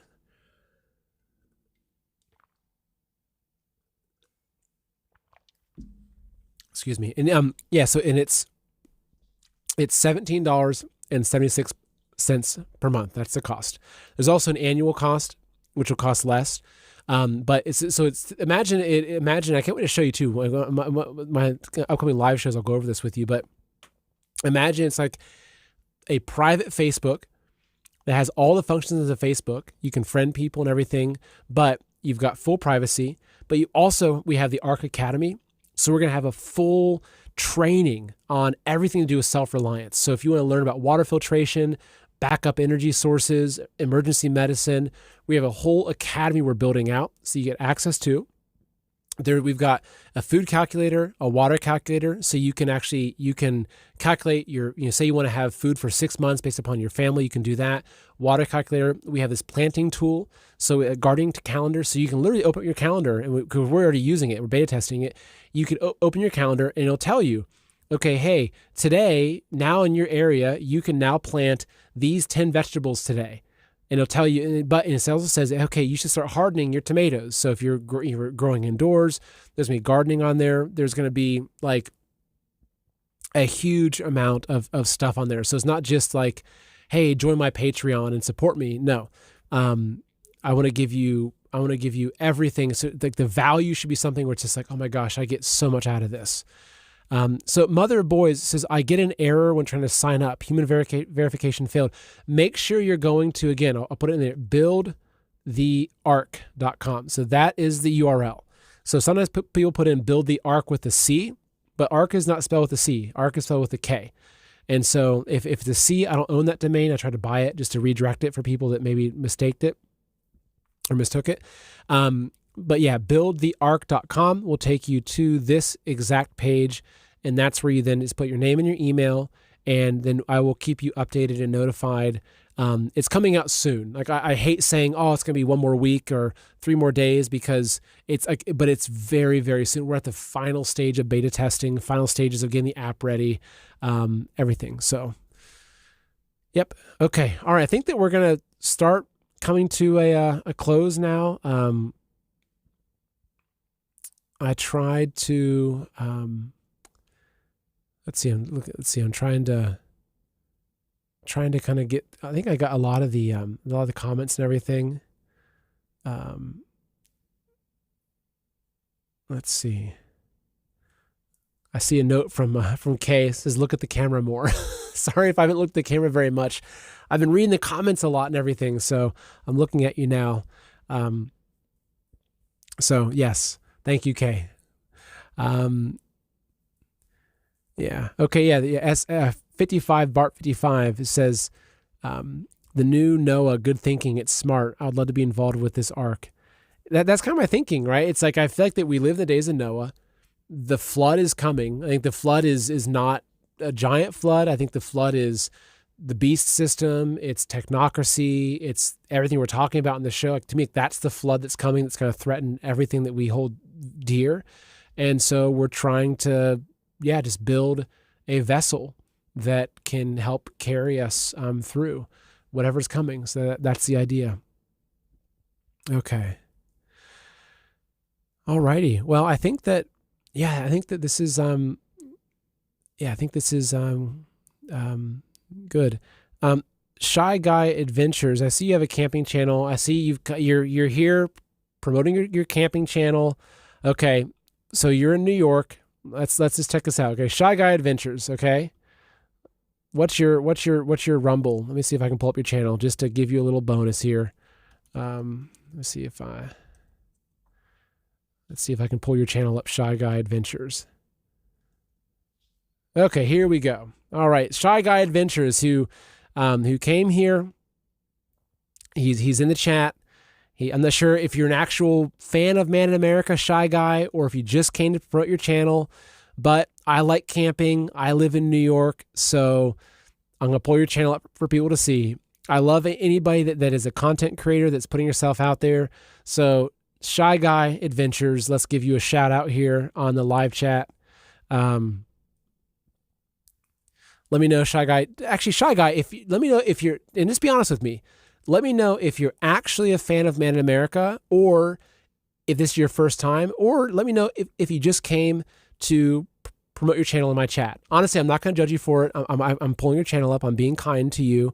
Okay, I'm giving you a shout out. I'm just curious though, right? Just let me know. Did you actually come here because you watched the show, or did you come here and you're hoping to promote your camping channel? Because to be honest, I love camping, right? So if it was a cosmetics channel, I would have banned you. But I do want to know. Let me know why you're here. And if I live in New York too. So if your channel is about camping in New York, I'll subscribe to your channel. I'll check out your content. I love camping. One of my goals this year is to get a little travel trailer so that I can take my family camping more. So thank you for being here, Shy Guy Adventures. I'm looking forward now. I'm looking forward. Oh, I see. Yes. Smooth Sue Smith. I'm officially now a ham. Awesome. Good for you. Actually, I just bought, I don't have any ham training, but I just bought this. Let me see if I can find it for you. Let me see if I can show you what I bought. I think it's this. Is that right there? This is not the exact one, but let's see. Actually, I'm gonna show you ham radio.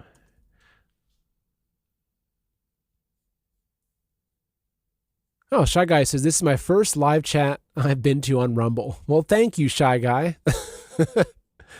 I think the guy sold out, actually, what I was going to show you. Anyway, I just bought I was really excited about it. Just got it. Basically, it's something like this. Big fan, but new fan. From Florida. Okay. Bart, good for you. Good for you.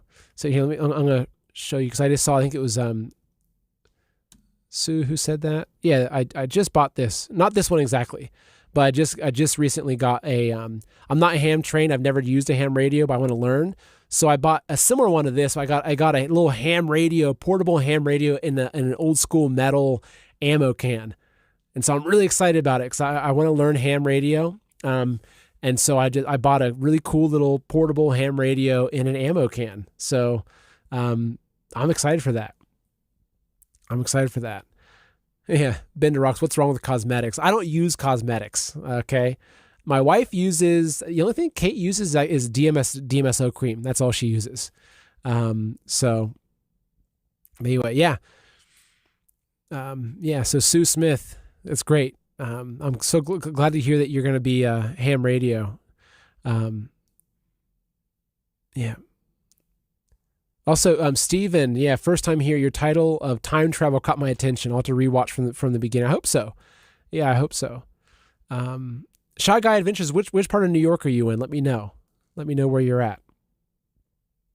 Yeah, welcome aboard, Shy Guy. How cool is that? Let's see. Let's Okay, so Shy Guy, he's got 7 followers on Rumble. Let's see if we can get, okay, I'm going to follow. Check it out. Follow, boom. Okay, let's see if we can get Shy Guy some followers. He got 8 now. Okay, I'm a follower for Shy Guy. Let's see what you're about. Yeah, okay. Well, Shy Guy, glad to have you here. I'll look forward to checking out your camping content. I love camping. I absolutely love camping. So yeah, thank you. Welcome aboard, Shy Guy. Okay. All right. I think that we're about to end. The problem is I'm having so much fun, just talking to everybody. Also, yeah, KD and HB, first time here. Is there a poll today? I'm not sure what that means. Maybe you sense there's a poll into here. I'm not sure. Maybe there's a cosmic poll that's pulling you in to Man in America. Let's see.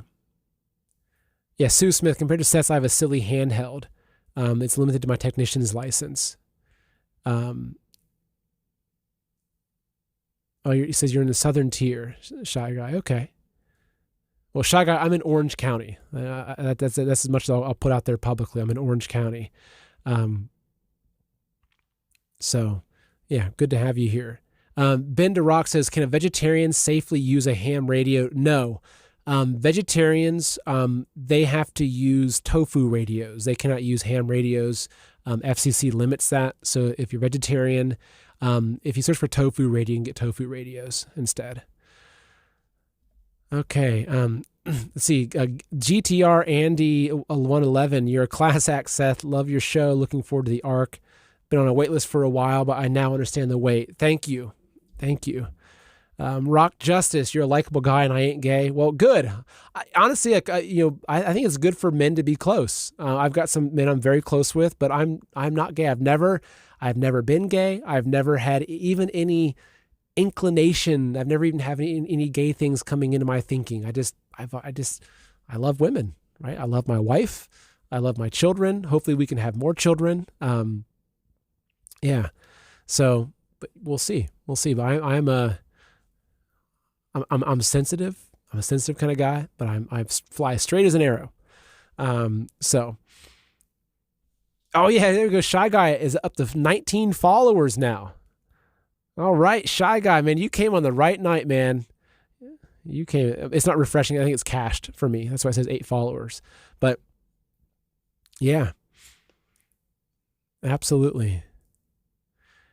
Yeah, Aaron Arami Boy says, looking forward to purchasing a Sprinter camper van and travel cross country one day. Great show. Thank you. Yeah. I'm actually looking at I've been doing research on different kinds of travel trailers. I think, let me see if I can show you. This is the, let's see, this is the, I'll pull it up real quick for you. This is the company that I think that if I get a travel trailer, I'm going to get one of these guys. They're called Intech. So let me pull this up for you, right? So they're called Intech. They're not like an Airstream quality, but they're way better than your typical like Jayco and whatnot. But this is what I want to get actually. Maybe one of these guys right here. They're beautiful. They're a little pricey. So this is kind of like it's a dream. Maybe we'll get there. I'm not sure, but they've got this all aluminum construction. You can see, like they're just really, really well made. And, so anyway, these are look, if you're watching the show and say you own Intech, and you want to give me a camper and I'll talk about it on my show, I would be okay with that.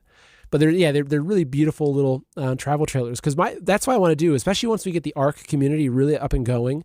We're going to be doing a lot of local events, and so I want to be able to travel. I really want to be able to travel places and to take the family and pack up and go. So I want to be on the road more, and so I've figured out how to set up like a mobile podcasting studio. So that way I can keep working on the road. But yeah. Yes. Tatanka Dave, Orange County, New York is expensive. Yes, it is. Though I'm in a very rural area, but yeah, it's still, it is. It still is. New York is, it is what it is. Crystal loves David. I have 3 grown children and 5 grandchildren. Good for you. Very good for you. I love seeing that. I love seeing that. Yep. I wish I would have gotten married to Kate when we were both like in our early 20s, and I probably would have 8 kids. But yep.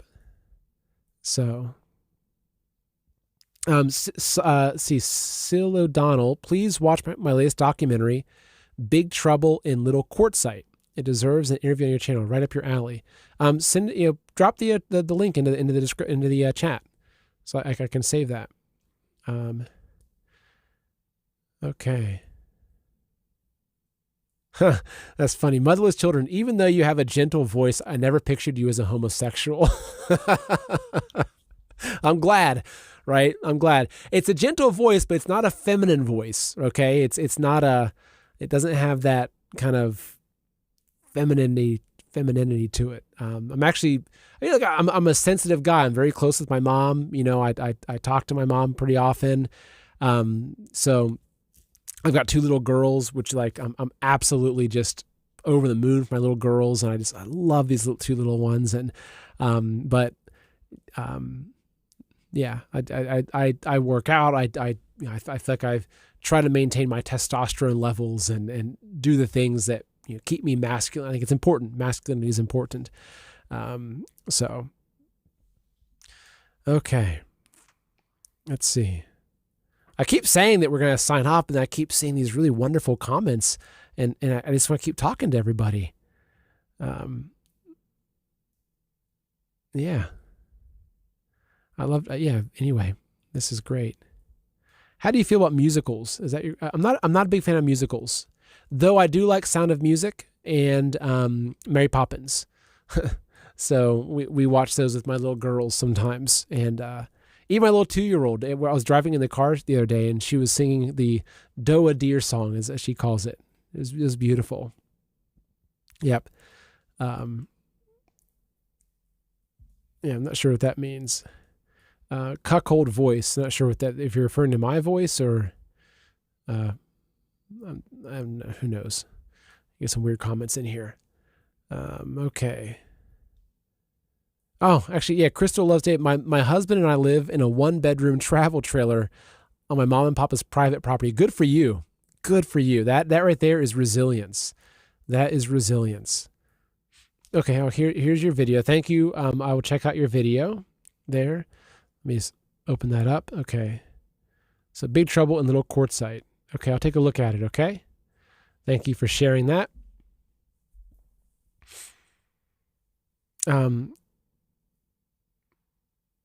Let's see. Arami Boy says, family is everything. I'm an only child, lost both my parents about 8 years ago, missed them terribly. I have 2 grown kids.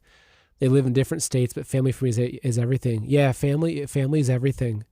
Yeah, family is so, family and community, right? Family and your community. Very, very, very, very important. That's everything to me. Honestly, it's absolutely everything to me. It's just family. It makes me so happy. Even as insane the world is, it's like, when you have family, and you have these, especially, for me, I'm raising 2 little kids that we're homeschooling. And so like every Friday for us is homeschool day. And so we're out in the country, right? So we've got 7 acres and we've got a trampoline and a zip line. And I bought my daughter little Power Wheels, and she's just, she loves it. Yeah, she loves it. And I love that too. So, Grace for all. Hi from Alaska. My youngest is Grace. So my 5-year-old, her name is June, and my 2-year-old is Grace. So, hi from Alaska. Thank you for joining in from Alaska. Okay. All right. Well, I think that we're going to close up now. Gosh, it's 12:11 already. Gosh, and we still have over 7,000 people watching live. It's incredible. It's incredible. Okay. Yeah, I think that's it. I think we're going to sign off now. So actually, here's how I know I'm going to sign off is I'm going to not have the chat up, because if I had that chat up, I'll keep talking to everybody. So anyway, I'm still seeing the chat. It makes me want to keep talking to everybody. Thank you everyone for being here. This was just a wonderful, wonderful show. I really enjoyed being here. We'll be back again live next Sunday. So every Sunday night, 10 p.m. Eastern is Sundays with Seth. And we'll be covering whatever insanity happens this next coming week. And I've got some good episodes coming out. We've got I think we've got 1 or 2 more episodes of Survivor Series, and they'll be getting into Old World and Hidden History, which I'm really excited about. And yeah, thank you all for being here. Make sure you hit that thumbs up. Make sure you hit that thumbs up button on Rumble. I really appreciate that. Make sure you're subscribing to the channel. It's so good to see all the new people here. I love just all the new people here. Okay, I gotta pull it up again. I can't see it. I can't end it. It's like an addiction. I love it. I love talking to all of you. So yep, Shy Guy Adventures. Okay, last shout out to Shy Guy Adventures. Make sure you check out his Rumble channel. Just search for Shy Guy Adventures on there. Let's see if it's still cached. Oh, you're not showing 13 followers. So thank you, Shy Guy, for being here. Really appreciate you popping in. Yeah. Yep. Everyone have a wonderful night. Thank you again for being here.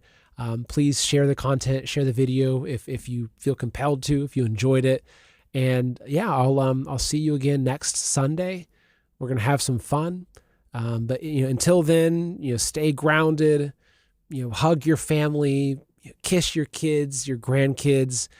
If you don't have kids, make kids, right? It's just like, we got to keep procreating. I think it's a blessing that God gave us, to be able to create, co-create with Him to bring these lives into the world. Last time, Sue Smith, did Seth give a timeline for the arc that I missed? I did not give a timeline.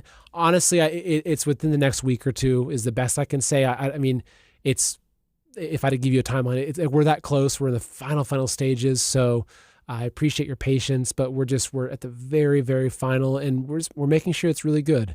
Because that thing is, like, once we launch it, it's hard to make some of the changes that we're doing once it goes live. Yep. And I'm glad everyone enjoyed the Survivor series. We've got, it was a good one. That was a good one. I'm really looking forward to the Hidden History and Old World series, which I'm really excited for that. I love that stuff. So, all right. Thank you. Good night. I love you all. Reminder, the ARC community is buildtheark.com. Build the ARC, ARK, buildtheark.com. You can sign up there, and you'll be on our waiting list. So we'll notify you. Like I said, I think we're at 14,000 people on the list now, which is amazing. But sign up there, you get on that list, and I will keep you notified in terms of where we're at with everything. And I can't wait. And once it's launched, I'll be talking about it all the time. Don't worry. So anyway, yep. Have a good night. Thank you. I love you all. Take care of yourself. God bless you all. And I will see you next time. Take care.